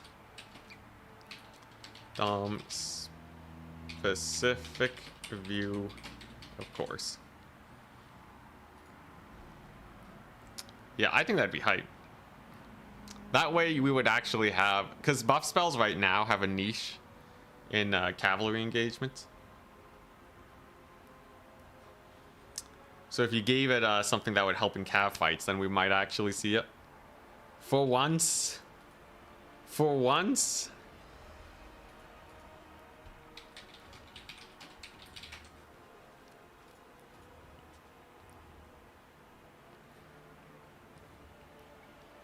What's the stat comparison like between aspiring champions and warriors of chaos? What do you mean?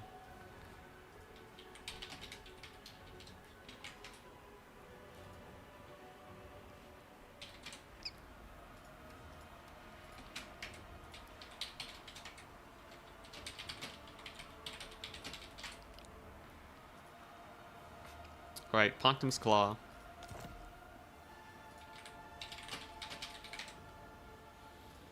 Here we go.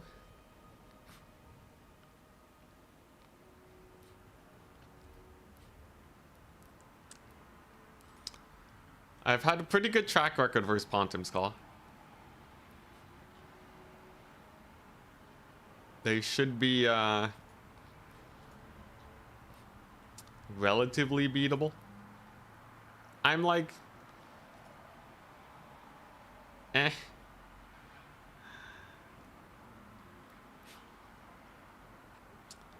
I'm gonna say I'm a little worried because I'm not. Oh wait, no. If it's Wood Elves versus Dark Elves, that's a terrible match for Dark Elves. Never mind, we're fine. Never mind. The power of Dark Elves having a terrible matchup continues.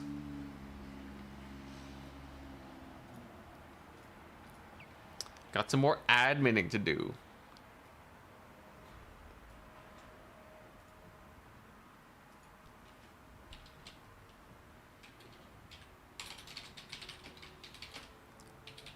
Huh.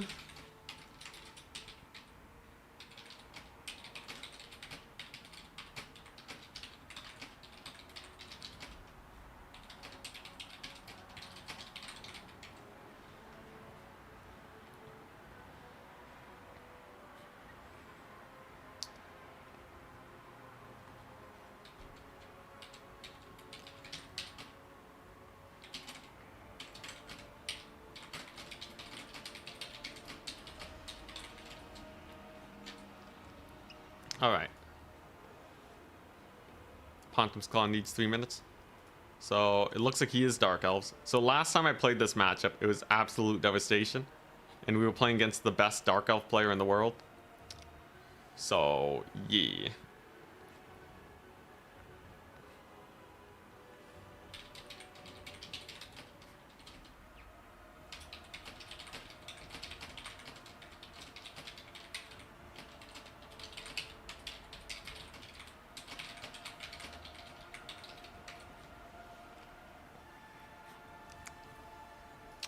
Do I have a saved build? But if I can beat Danican's Dark Elves, Pontum's Claw should go smoothly too. This is a good matchup for the way watching. Scourge Runner Chariots are slightly annoying, but overall not a big deal. And yeah, let's see.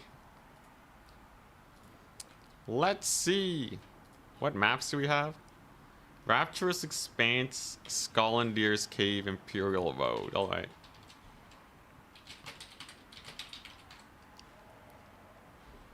I think Imperial Road and Skollendir's Cave are both really nice for me.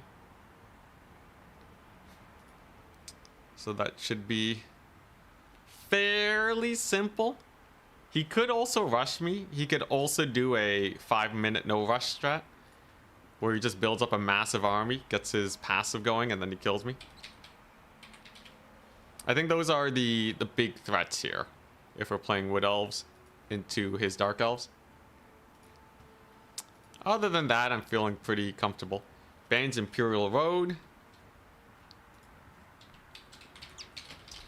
Let's play Expanse. I feel like I'm always playing Rapturous Expanse against Bottom's Claw. It's the Slanesh themed map. It's quite good.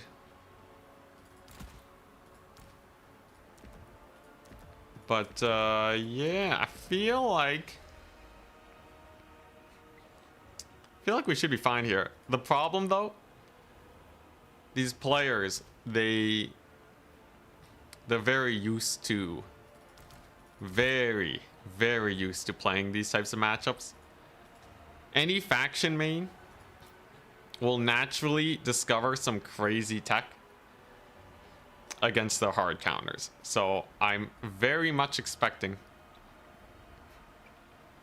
at least some sort of shenaniganry from my opponent. If it's gonna be Scourge Runners, okay, so let's see.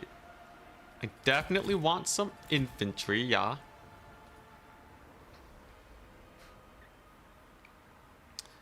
You know, we know Glade Riders are actually super annoying for Dark Elves.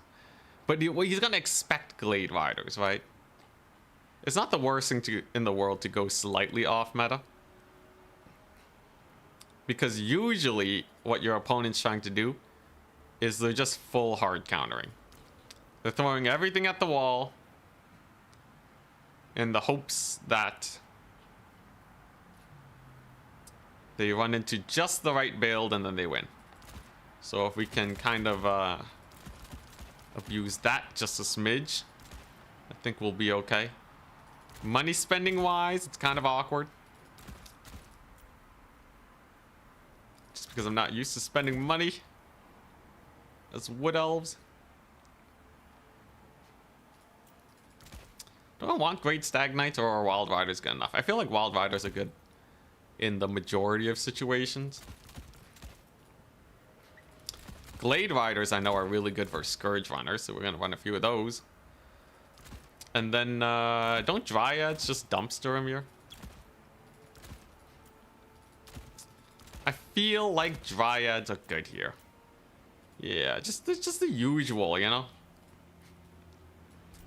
I don't need to do anything too crazy playing Wood Elves versus Dark Elves.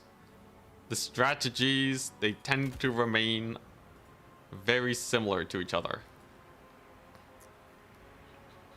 They should be good. You think he's gonna Doomfire Warlock me? Last time he took a crazy mass Doomfire Warlock build and just bombarded my lord. Or my hero. It was pretty funny. Dreakin. The armored unit against the armor piercing faction. I wish Treekin were better. I feel like they should have, like, it should be less about the armor and more insane missile resist. I feel like it'd be cool.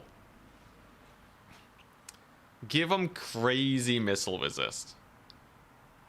And then, you know, you can still shoot them, right? But like, the optimal way to kill a tree is to chop it down. Get some anti-large halberds in there. I think that counter is enough because otherwise they have too many. Anyways, no, it's not Zote time. Oh, there's a forest here? Hell yeah. There's a forest! That's actually gonna help me out a lot for my shenanigans. I have a net, I have some spears. What's not to love? Ready, good luck, have fun. So this should be a really bad matchup for him. As long as I don't get insta-gibbed and rushed down, I should be able to secure this point and then just go for the long trades and we should be good. He can try to out-trade me though, using Scourge Runners. I think that's something that we're definitely fearing here. I only got so much light cavalry. Glade Riders in case he does the 10-minute no push. You want some fast skirmishers to punish that build. Otherwise, it's the usual. We got some Way Watchers. Arrows of Kurnos. And we're gonna see, yeah. Scourge Runners. Blade Storm. It's cool to see Blade Storm entering the meta just a little bit. I'm happy for the spell. Genuinely happy for the spell. Gotta make sure our Arrows of Khorne shot goes well here. Then I want to just capture the points and primarily kite my opponent. He can't see where my Weight Watchers are, but he could probably guess.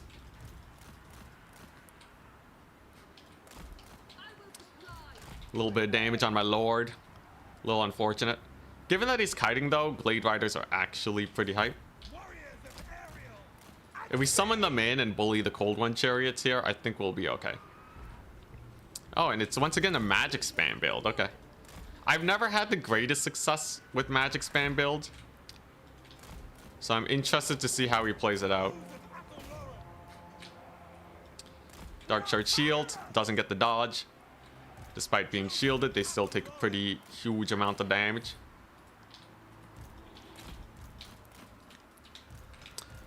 We're gonna get a fairly comfortable double cap here.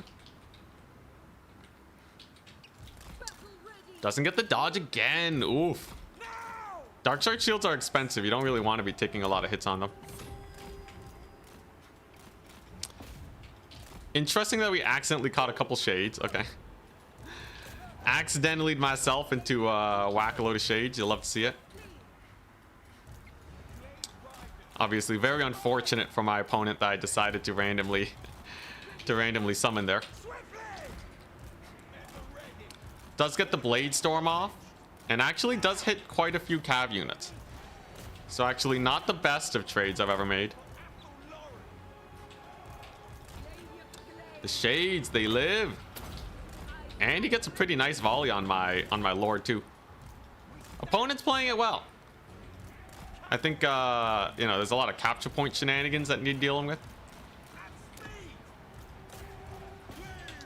It's a bit of a bad fight for the Scourge Runner Chariots, I think. I can also heal up my cavalry in this wee little blob. So that feels fairly comfortable for me. I think if we just commit our cav here, I'll be okay. He's very out of position, as you can see. So if we just kind of make use of that, we'll be okay. Gets another Blade Storm off, though. That's gonna hurt my cavalry super bad. But I think despite that, this engagement still goes very well for me. Off the fact that we're just catching out some very pricey units. Gets a rather nice Dark Shard volley on my Weight Watchers, though. Getting a little caught up here. Shades are dead, though. Dark Rider's getting deaded down. So we no longer have to deal with them. And I'm actually just going to go for a breath attack on them. It's not the best breath attack, but his units are rather pricey. So any damage we can get in is solid for us. Now what's he going to do here? Gets another pretty solid Blade Storm on my Lord over there. I don't like that. In the end, Weight Watchers can still kite quite effectively. And we might be able to just pull a cav advantage here. Based how things are turning out, it feels like I have a huge mobility advantage. And if we make use of that, I don't think there's a lot to worry about, right? Because he has so many range units. And they're just getting caught up. Wood Elf Cavalry is far superior to Dark Elf Cavalry. You can see the trading value is going quite well for us as the Weight Watchers were indeed protected decently well. I actually could have played them slightly better. But if we see a mass rout here, I think that's basically it for my opponent. We kind of got deep into his lines, and it's really giving him a hard time. All his cavalry already fought on the flank side. Dark Shards are going down, but oh, there's the passive. Oh, and the misclick. I think he double clicked by accident, so he actually didn't get his blade wind. That's super unfortunate for my opponent. Hate to see it, as he could have gotten a good amount of damage on my Weight Watchers. Race of the Frozen Heart. They're fast and they slow, so his cavalry is actually not disengaging very well. This will be a pretty solid breath attack, I think, on the spears. And ticket wise, we're doing good. Breath attack kind of whiffed though. A little disappointing, but hey, we actually have the capture points. Unlike most rush builds, we can actually farm capture points against the Dark Elves, which means I don't need to be trading nearly as well as I usually do, like against, you know, what's it, Khorne? Yeah, like against Khorne. We just have to trade decently well, and I'm sitting comfy. We killed off the spears, so my guys are very comfortable now. We're gonna go ahead and net his lord, and then we're gonna get the most devastating Weight Watcher volley you've ever seen, unless he dodges it with the land. Okay, close, but he does actually survive. Impressive from my opponent.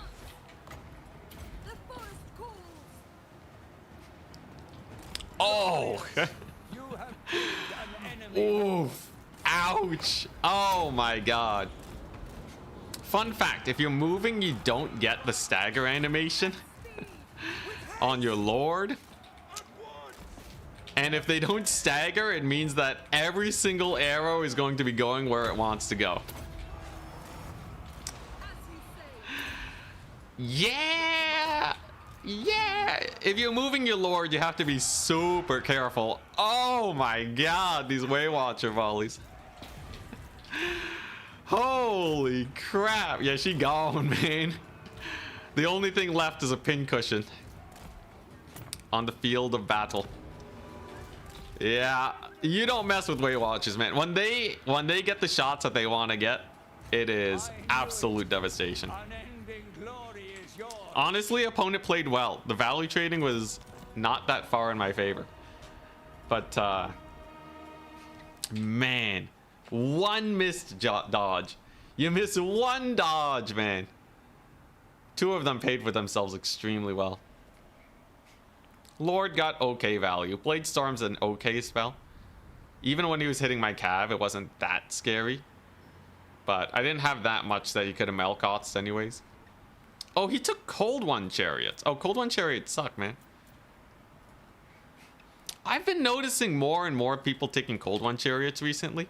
I don't know if this is like some new meta stuff that like Dark Elf players are discovering, or if they're actually, or if it's just a fad, the good, or if they're garbage. I personally really don't like Cold One Chariots. I think they do slightly better in melee, but they're more expensive, and they did about as well as his Scourge Runners, so I really don't think they did that well. His archers were okay at pushing me back, but he could just never really jump my way Watchers. If you have good enough skirmisher protection and they live through the mid game, that's usually grounds for a victory. Branch Wraith in the trees was very funny, and Glade Lord healing was really good. Love the Wild Hunters too. They crush Cold One Knights. Very good. Yeah, I am reminded that this matchup is very Wood Elf favored. We'll just save it in case I fight Danican. GG. Pontum's Claw's out. There's a world where you use Durthu plus R. Is there a world where I use Durthu and ROR Treeman? Durthu and ROR Treeman. I would say there's not many worlds. There's not a lot of worlds. I think you're saying the ROR, like, there's no ROR Treeman. You're talking about the Treekin.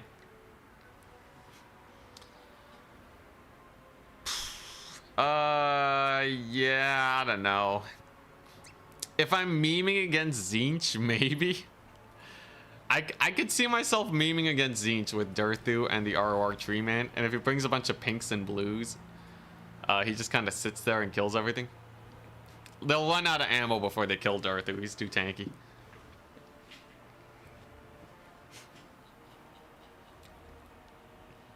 Still has 15% missile resist. But these guys I really don't respect. I think they're too slow. I'm always going for micro victories more than build victories.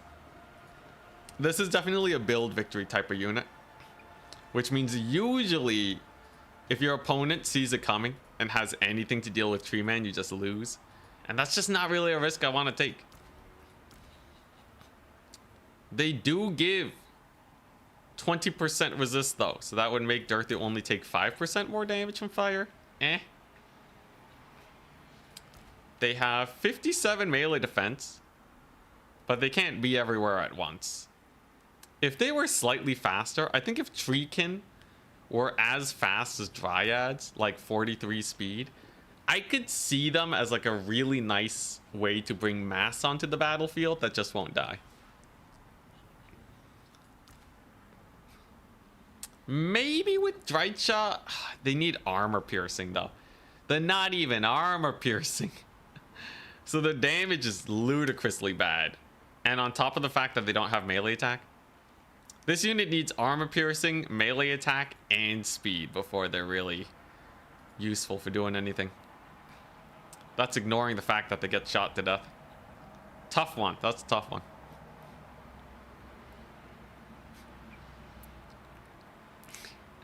How to increase testosterone?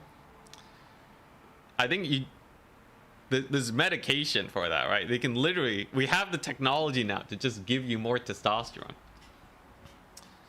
People do that all the time, actually. They do that all the time for various reasons. I don't know, it's easy, man. Also, who needs testosterone? What has testosterone ever done for me? This beard ain't doing anything. What, I have to shave more? Ah, that's garbage. I've always had great pride in not being a manly man, like actually. It makes me very proud to know that I don't have to be the manliest man in the world to be respected.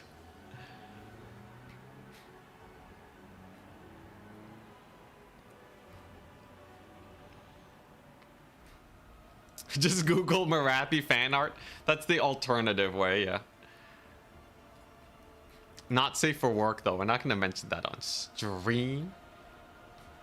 12 less entities. They should make, I don't know. You think the Tree Man can do anything? I feel like they should let you bring Coadil. Why don't they let Wood Elves bring Coadil? I feel like that's... It's not even like he's that crazy, right? He's a Mortis engine on a kite faction.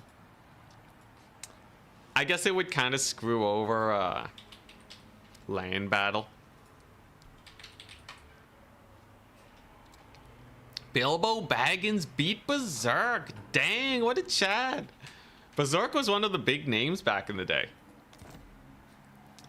He did give me a harder time with his Khorne than oh no, Berserk's playing vampire counts. Oh, that's why, because it's Khorne versus counts. Never mind. Never mind, my bad. Khorne is very favored into counts, so it actually less surprising, less surprising.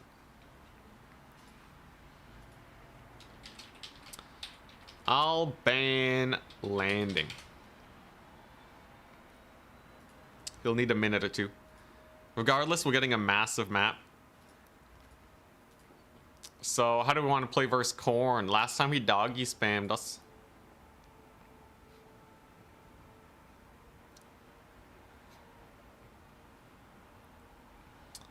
What a way to do. How do you beat the doggo spam?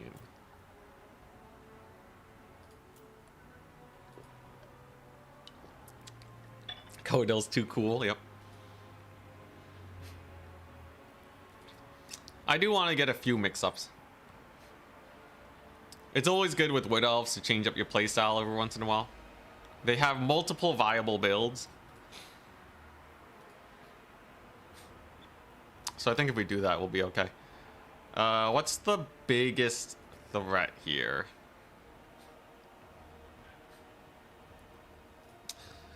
I almost want to hard meme it. I almost want to mega meme it.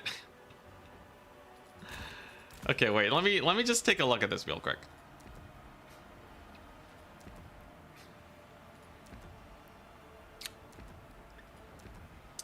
How hard can we meme this? Oh boy. Guys, hear me out, but I have a strat.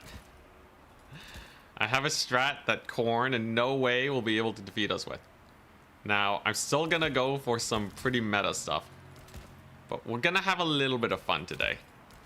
We're just gonna have just a smidge. Just a little bit, okay? Double dragon. Yeah, just we go back to melee only. Let's see here. Yeah, so we take one of these. Actually, a little expensive. Ooh, okay, yeah.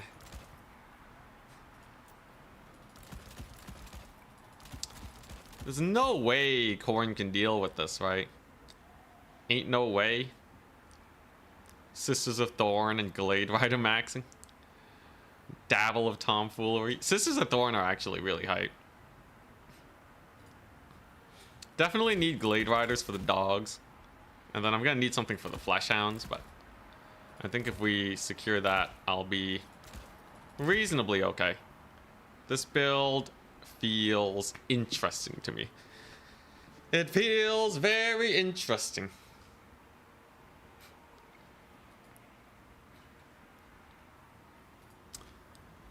I would say this build definitely has some crazy potential. But we'll see. There's a few things he can bring that will make my life a little bit more difficult. Do I have a solution for those options?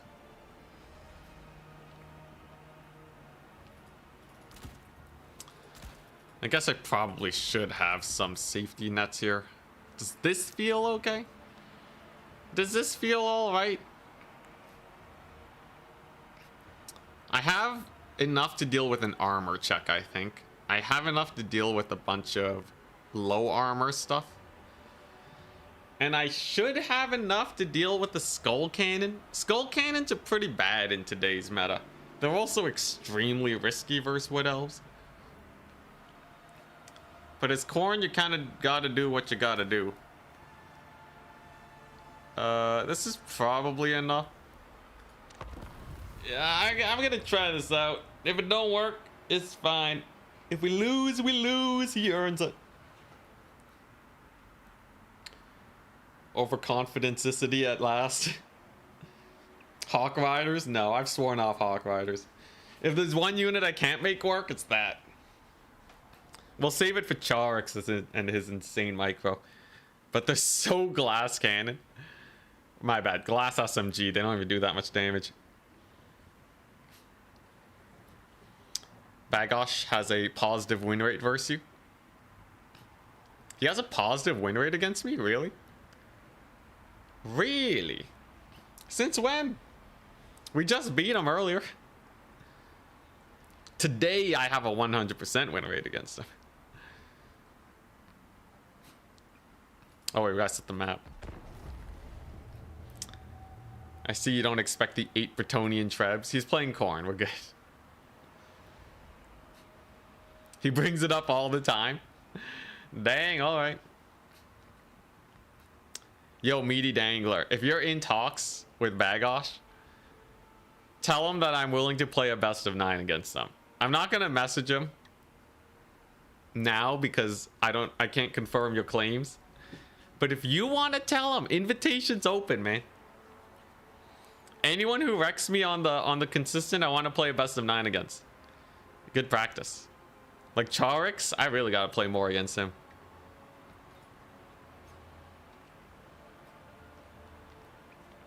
But let's see.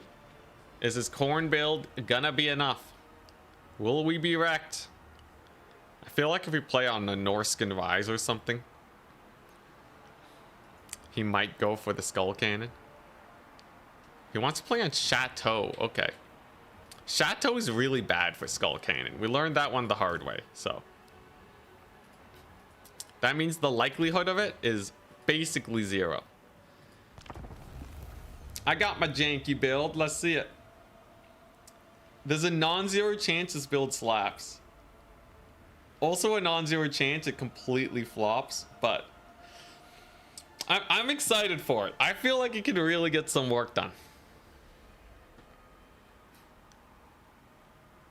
You want a pro from another RTS game to roll in and defeat all the other pros? The problem with Warhammer is it's not really like any other RTS. Realistically though, anyone who does Warhammer full time for 2, maybe 3 months will probably be good enough to beat most of the top players. I think someone no-lifing Warhammer for 3 months, being coached by a top level player, easy. Easy if they've had professional experience before. Yes, we are no longer torturing ourselves with Zero Skirmish. It's nice. Alright, remember he's playing Khorne. This ain't an errantry rush. If he was playing Betonia, I'd have to really lock in.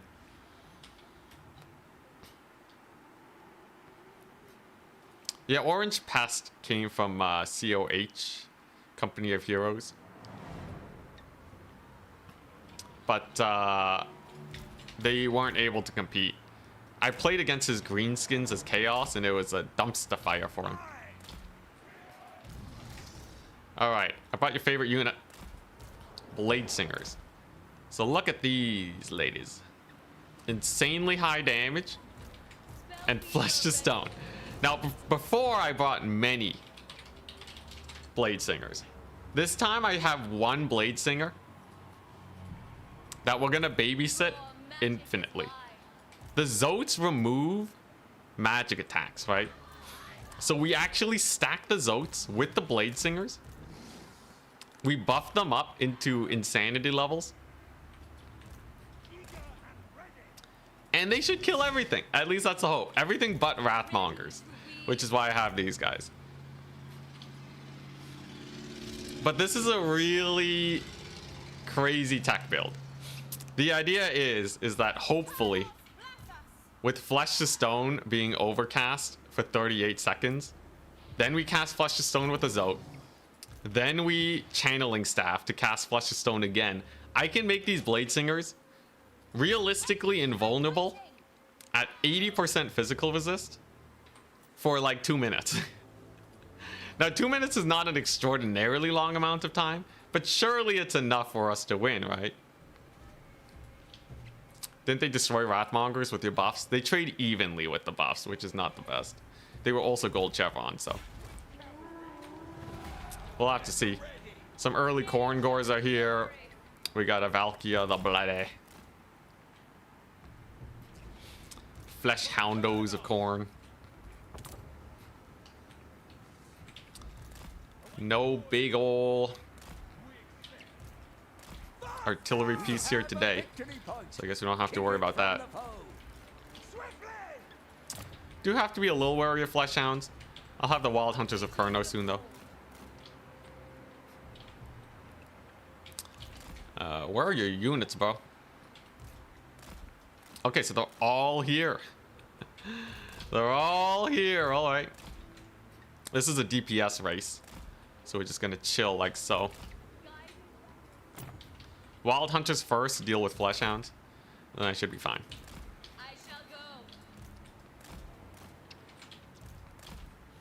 This is a pretty bad start for him, though. Having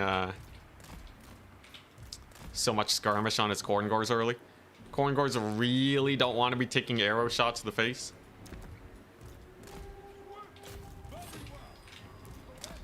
A second capture point is ours. Denying capture points is actually more important than taking points because it's a DPS race. Gotta not get sloppy speared. A Valkyria Spear here would suck. I can heal it back, but I'd rather not. And they do get a capture point. Spellweaver ready. As long as I keep moving, though, I think we'll be okay.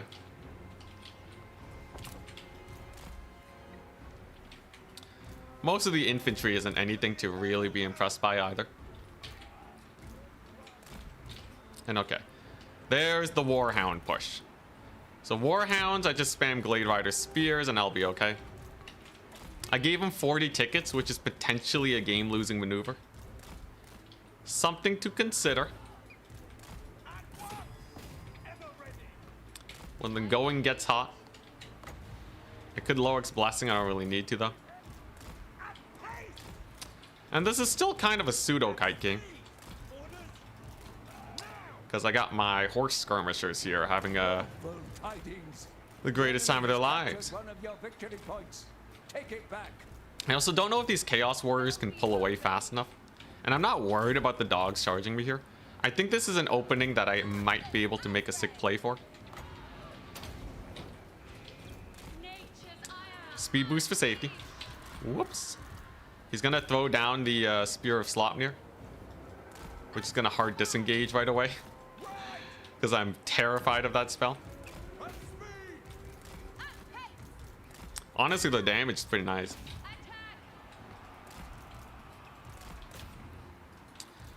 Then we recharge in. Make use of that crazy charge bonus.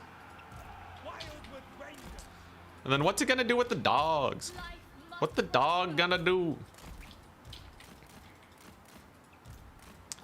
Still no sloppy spear. Where's it at, man? I do actually wonder though what the dogs are gonna do. I feel like they're kind of just idling right now. Kind of waiting for my cavalry to overextend, which is not gonna help out my opponent that much. Good pull towards my cav though. That's gonna be a little painful. The ladies over there, they're doing well, at least. Doing relatively well. There's a sloppy spear. Nearly undodgeable. Okay, so there's not a whole lot I can do about that. Valkyria, though, is kind of getting bullied. We're going to give these guys physical resist instead. No, we'll see how it goes. We'll see how the elite ladies do. Now that that ability's on cooldown, though, I should have a lot more space and time to just chill.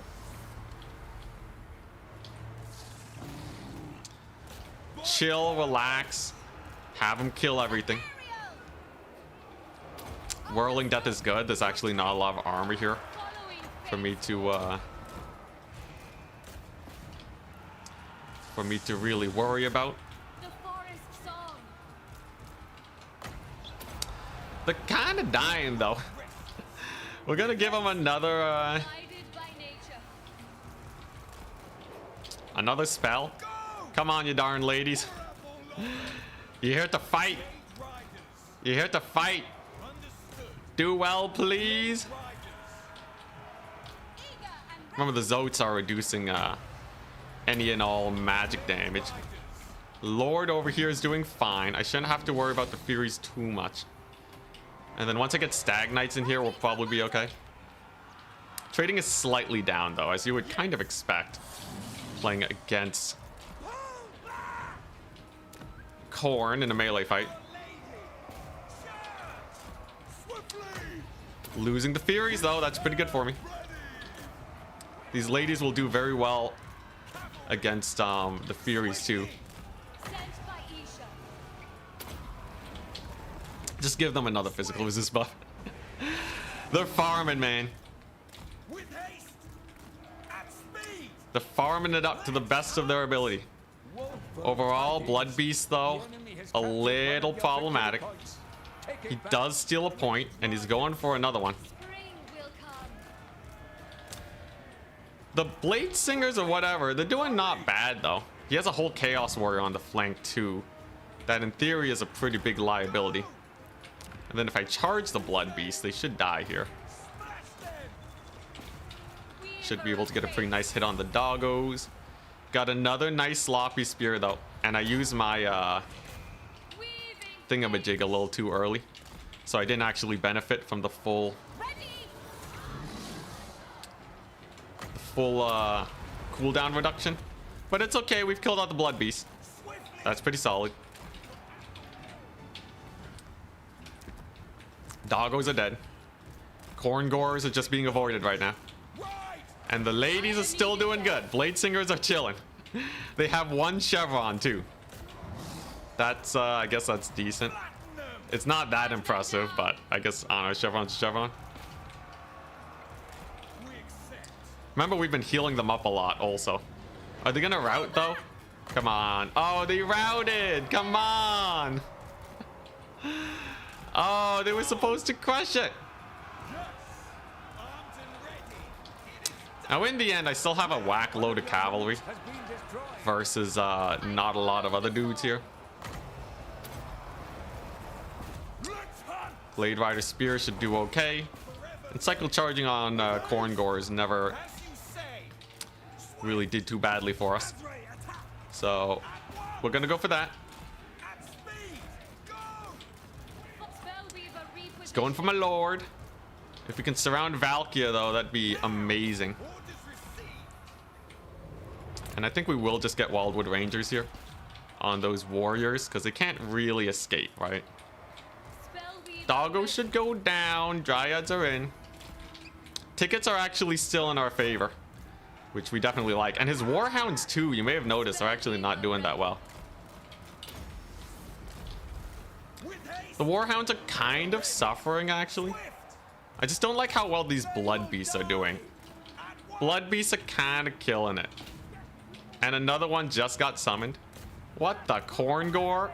There's a Khorne gore in the trees the whole time? Oh my gosh. Well, now life's actually a little awkward. I will have to actually just desummon my horse archers right now.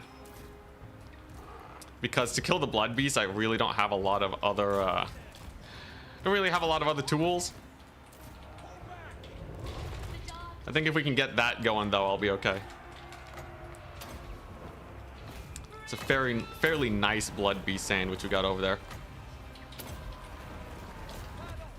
Khorne gores on the far side getting killed. But what I really need are my skirmishers back. Right now the Blood Beasts are being way too much of a menace. And he's going for that triple cap. What a mad lad. I'm actually running out of stuff to summon in. Skirmishers will be good though. Blood Beasts, however. Jeez, the Blood Beasts. Oh my god, now he's gonna go for my lord. I can see him targeting her. I have a couple Zotes to deal with the Blood Beast. I have time at least, but this is not the most beautiful fight I've ever had. And they're just gonna be a menace for a little while. A little sketchy. He got the dogs back. He has the doggos back in business. Come on, you darn wild riders, come back. I've learned that I have nothing that can actually deal with these Blood Beasts. Okay, there we go. First things first, we secure 1 point. So we go hard over there. And then we kind of reduce this back into a kite game using Macav. So they should be able to do fine. Zotes we're gonna have to desummon. At least the Khorne gores are dead. Very nice. So those Khorne gores probably ain't coming back. And we can force them to hunker down on 1 point. And in theory, the kite goes pretty hard. Normal dogs can't really deal with this cavalry. And then I have a flesh to stone for these guys a little later.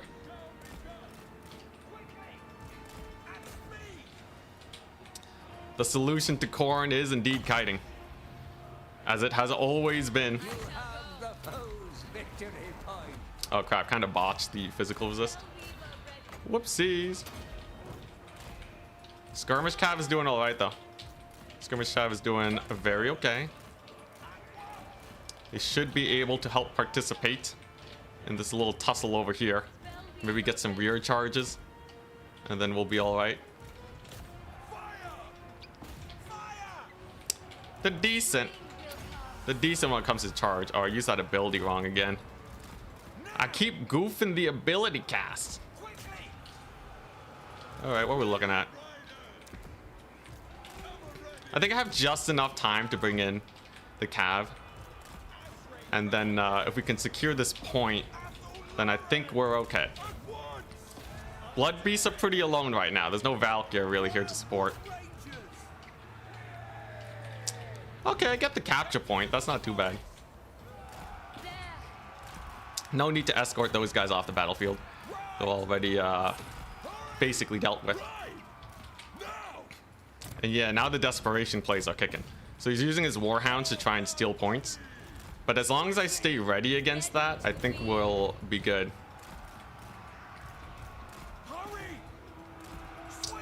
I've captured one of the points. That's pretty solid. Doggos going down. Want to use another flesh to stone. Want to focus fire the blood beast. It all hinges on whether or not we kill the blood beast, though.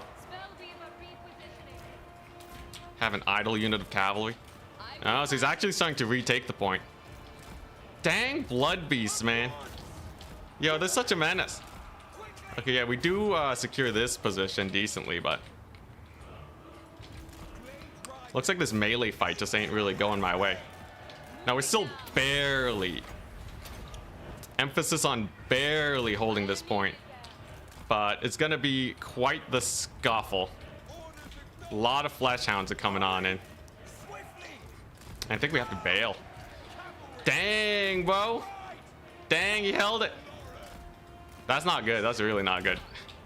For how much damage my skirmishers took, that was very not worth. I think we might have memed too close to the sun, guys. I'm honestly happy that I tried out the crazy strat. I really wanted to see if the ladies would cook. But unless I steal this point very quickly, we're probably done for here. I see he has many a doggo chilling, causing me issues. Chaos warriors are very good at holding points. Can he rotate fast enough though? And can I actually secure the point fast enough? That we'll have to see. Me losing the Stag Knights early on was also a big oopsie-doopsies. But we're probably gonna kill the dogs. There you go. So the dogs taking a little bit of heat. We're gonna pull in with our infantry. I also lost like half of a Wildwood Ranger to a random Khorne gore camping in the trees. It was a bit of a misplay. It was a fun game though. I really want to see, did the ladies actually get their value though? I must know. I dumped so much magic on them. If they didn't pay for themselves, I'm never running them ever again. I know he was using his magic against them, right? With the Valkyrie spears. But it really felt like they didn't do anything. I'm not gonna lie. Let's pull back over here. We're gonna give him a runaround. I think he's done it. He's done it. GG, well played. If he's bragging about winning against me, he's done it. Dang. All right, the real tracker though. Did it actually pay off? I thought that we had enough of an advantage to still win. Wow, that's bad. Oh my god. Bro, I dumped like 5 flesh to stones on this unit. That's so bad. That's like incredibly bad. I thought they would be at 1500 at least. Holy moly. Bro. Yeah, it doesn't cover Spear of Sleipnir. So Valkyrie got a lot of value with that. But still, I gave them a regrowth. Like, they were fighting for like 10 minutes, man. They were fighting for 10 minutes. The unit cost 1200. Oh my god, bro. That's so bad. All right, so Blade Singers suck and they're not worth buffing up.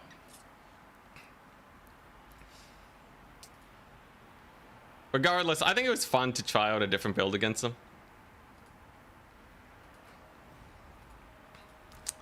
Trying to go for the melee build. He had a really good dog micro though. I think he played it really well. Close match. Fun fight. Congrats to Bilbo. Let's go to SFT. No, tournament chat. Bilbo. Congrats on the Khorne win. Great games. And he beat Vampire Count. Took out some spicy players. If he does ever contact me for that best of 9 though, that'd be real hype. But before we end, let's go over some replays. We're gonna go over some replays. I think this one I didn't cast. Yeah, we're just gonna go down the line. We'll do another replay session sponsored by Unknown, and then we'll call it a day and a weekend. Bilbo the Bloody. Yo, his dog micro is actually really sick. He really didn't let his dogs get caught up too much. He also he knew what he needed to do to win, which was kill the Blade Singers. I honestly don't think they would have done that much more, even if he didn't use a Spear of Slopnir. I think the Blade Singers are just really bad. I don't know why either. In theory, they should do a lot of damage, but that and his Blood Beast micro. So he was really good at just getting the Blood Beasts in there and just hammering them into where they needed to be. But anyways, replays. It's replay time. So we got a Thunder Barge being way too aggressive. It's still gonna get in there though. Usually the Thunder Barge, you use it as a defensive tool to camp your units. It really doesn't have to play so aggressively. Just a heads up for future games Unknown. Seeing good amount of range here. Lizardmen are kind of choking though, right? Unless they spam javelins, this thing ain't gonna do well. Unknown with the Chad sponsorship. Dude, he donated a lot, man. Nice blasting charge volley, actually. Routes off the Pterodon riders. Honestly, Unknown is playing significantly better than last time we cast him.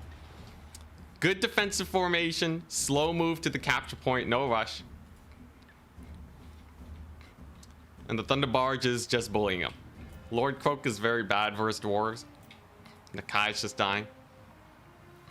Honestly, not a terrible game. This is way too aggressive though, right? So it would only really take a couple skink javelins to kill this thing.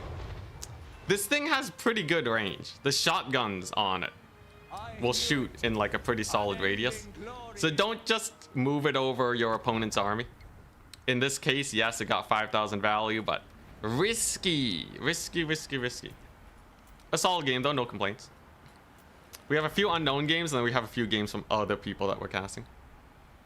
Just re-downloading this. Is it true that this co-op, so you can play with your wife? Yes, Warhammer Total War is co-op. They actually made a few improvements to it too. So if that's something you are interested in, it is there. The co-op does have a little bit of jank though, for like disconnects, but if you're playing locally, there's probably some solutions that I'm a little less sure of. We have a victory point. But definitely there is co-op. It is fine as like a fun thing to play. Competitive co-op though is a little jankier, right?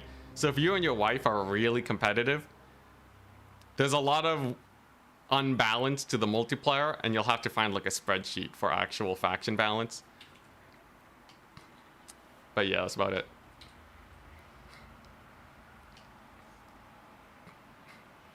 All right, let's take a look. We have some orc boys. Yeah, what is this? Why are you just doing this? Yo, he's not even moving his main army, man. Yeah, okay. Thunder Barge. All right. Unknown. You're banned from using the Thunder Barge in your enemy backfield. The Thunder Barge should only be like, it should be like this far away from your front line, okay? The Thunder Barge punishes your opponent for rushing in, and it'll be safe. This distance is a little bit further for the Thunder Barge, okay? All right, don't don't do that. This game was definitely a little jankier because look at this. We're seeing the split push strats again, making his army split up against a faster faction. It's just setting you up to get punished, and exactly that happens. Orc War Boys on the infantry, absolutely ravaged, right? This is very not pretty. You might as well just summon units and push the center line, especially because you have some artillery that you kind of want to bully. So Tech, you played co-op campaigns quite a bit and haven't seen any disconnects. Oh dang, they fixed it. Dang, yo, that's impressive actually. Good to know, good to know. But yeah, this is definitely sketchy. And then he's doubling down. When you don't know you're making a mistake and then you double down, you fall even further behind. Because look at the value here, right? Greenskins have a few thousand gold here. You have only a couple thousand and a Goblobber. So Greenskins are gonna win this and they're gonna uptrade. All the meanwhile, your army over here is just chilling. They're doing nothing. They're just tanking shots. If you want to capture the flank point, you might as well just walk there, man. Posture your army here, maybe. Force an engagement. He's chilling though. Although your opponent is misplaying too, they have a bit too much over here. And you do actually manage to capture the point. Against all odds, the point flips in the favor of the Dowie. Are they uptrading? No.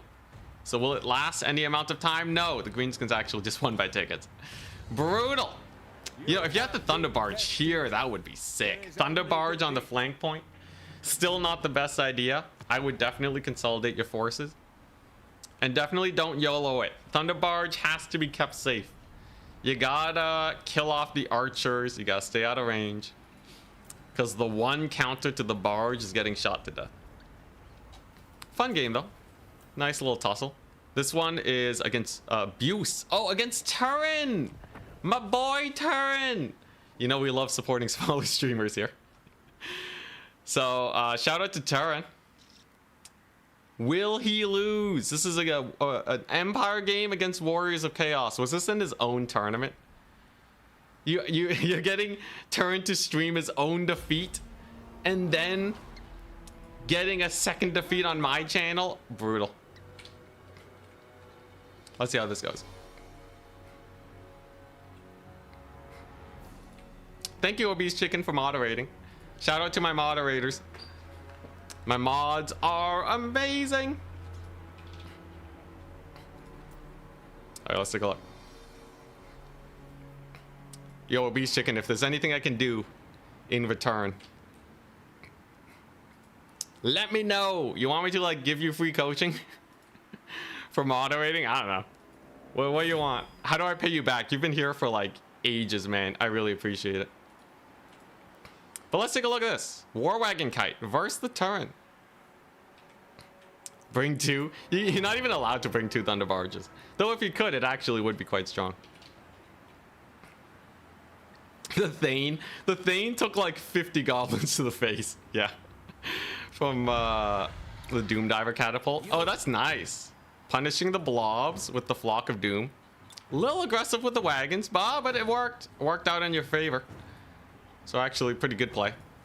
Shooting at the Valkia. She's taking unfavorable trades. I love it. Dude, War Wagon builds are where it's at, man. Empire is the best when they're just wagoning it up. But let's take a look. Forsaken flank. Turin is really good about going for flank points, but I think he leaves units on the side a little bit too much. This Forsaken's not really doing anything. And Empire is not going to backcap this, right? Who in their right mind is going to try making this jump from against Hellstriders, right? Little misplay on Turin. Oh, it's an Amber Wizard on a big old blue guy. Look at that.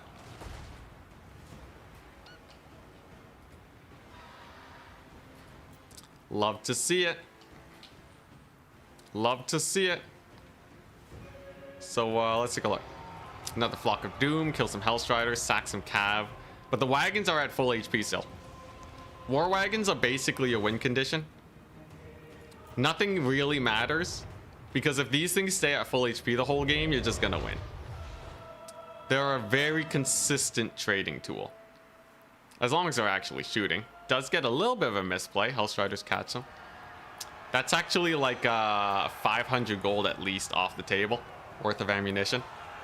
Kind of a big misplay, actually. You were doing very well for the 6.5 minutes of the early game, but Tzeentch striking back with the Hellstriders. Demogryph Knights suck, by the way. Use Knights of the Black Rose. For anyone who likes Demogryph Knights, I'm sorry, they're terrible. Knights of the Black Rose are just better. They are just better, sadly. But the fighting continues. Getting a little bit sketchy on the tickets. So he moves on to the middle point. Smart play, cleans up over here. If you capture this point, you actually don't really need to capture this point super fast if you're going for an army wipe strat, which is usually what war wagons want to do. You want your first point by the 1,000 ticket mark. You want your second point by the 1,200 ticket mark. So you don't need to overcommit, and he's actually pulling back. Look at that. This guy, war wagons. Demi chickens cooked. Did they? Demogryph Knights, halberds. 600 gold, and they're already half dead. Okay, maybe not that one. Maybe not this one. Though technically they're trading at about as well as you would hope for. Are those spawn? Trolls, nice, some armor trolls. Do they cook though? Let's take a look. Let's take a look. Are they gonna do stuff? Oh, big charge on the Forsaken. Let's look at that damage. So they're starting at 590. The charge nets them. Oh, there you go. Oh, that's a devastating charge right there. That's 10 gold value right there.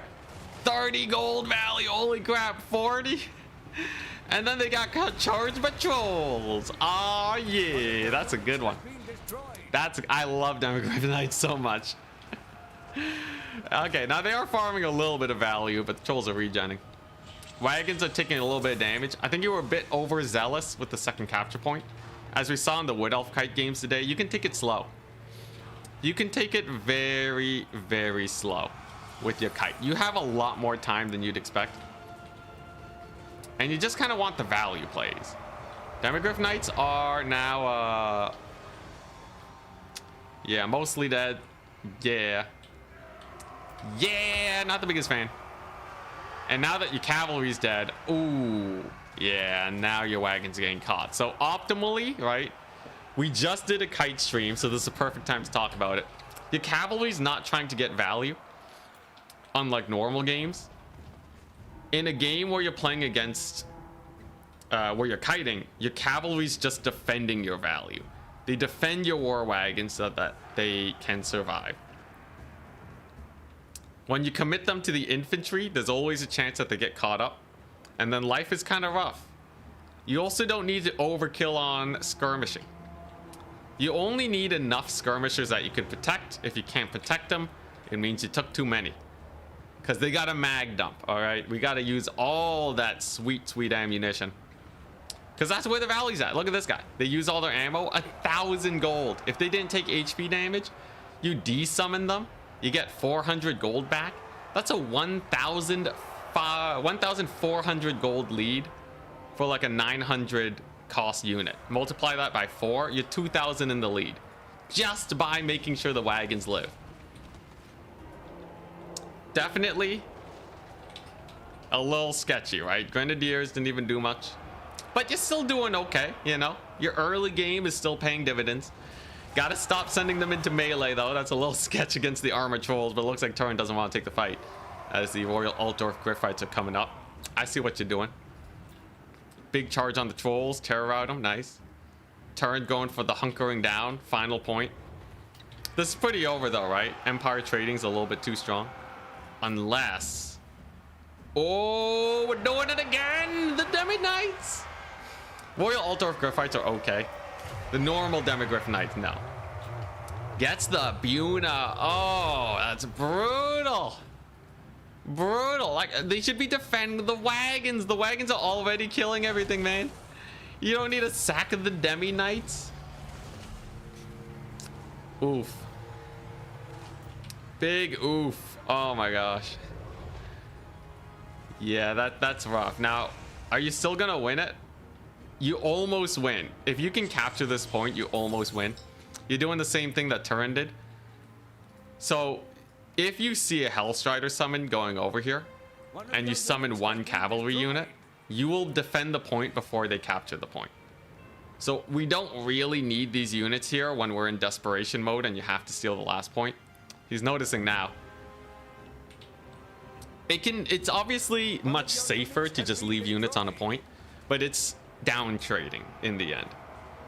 It's down trading because it's just money that's sitting around, right? You know, it's better off to just not summon them.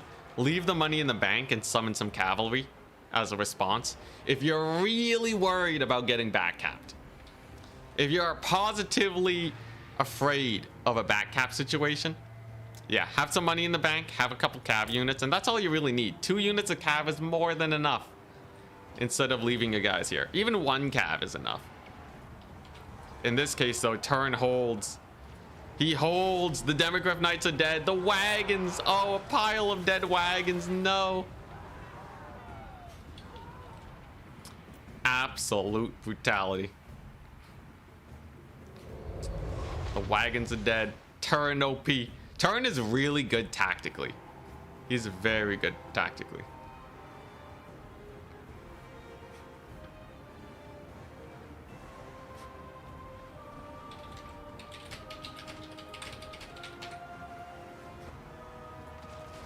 One of your units has been destroyed. But yeah. Sorry, just some admin stuff. Cultists of Khorne, what's up? We were actually just about to end the stream, sadly. But yeah, Turin's really good at winning on tickets. And he's really, really good at making sure that he just barely gets there. And his final point holds are amazing. Big issue in this game, that was a really long game. You could have used all the ammo on your wagons and desummoned them and resummoned them. I think if you do that against the same build, you will be rolling, man. You'll be rolling in the dough. Honestly, well played though. The first half was really good. Let's see here. I think we cast this one already. Okay, I guess that's it. I guess that's it. Well, I hope you guys enjoyed. If you want to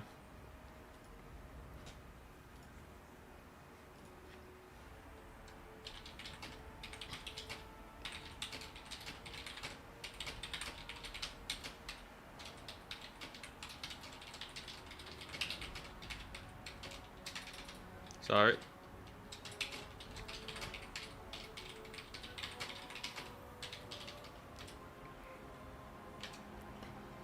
All right, yeah, that's it. I did hear that I'm catching some wind that there's some trolling going on.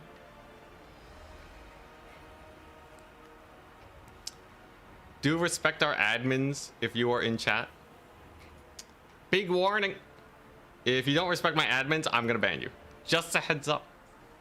Other than that, though, I think most people already know that. We don't have to dig into it too much. I think we're all fine. Everything's settled. So we're gonna chill. 5-1 in the finals. I memed a little bit with Blade Singers. It didn't go so well. Regardless, hope you guys had a fun stream. It was nice showing off some solid kitening today. On Monday, I'm gonna play some dwarves. That's gonna be hype.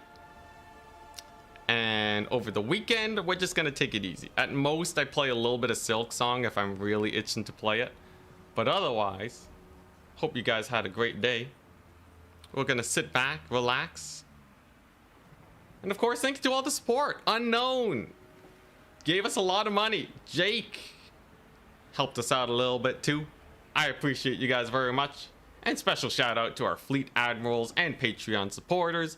Clint, Terry Tuckleby, Pops, Miss New Booty, Caculandia, Steven Morden, Charlie, Benjo, Noble Naldor, and newly added Organ Donor.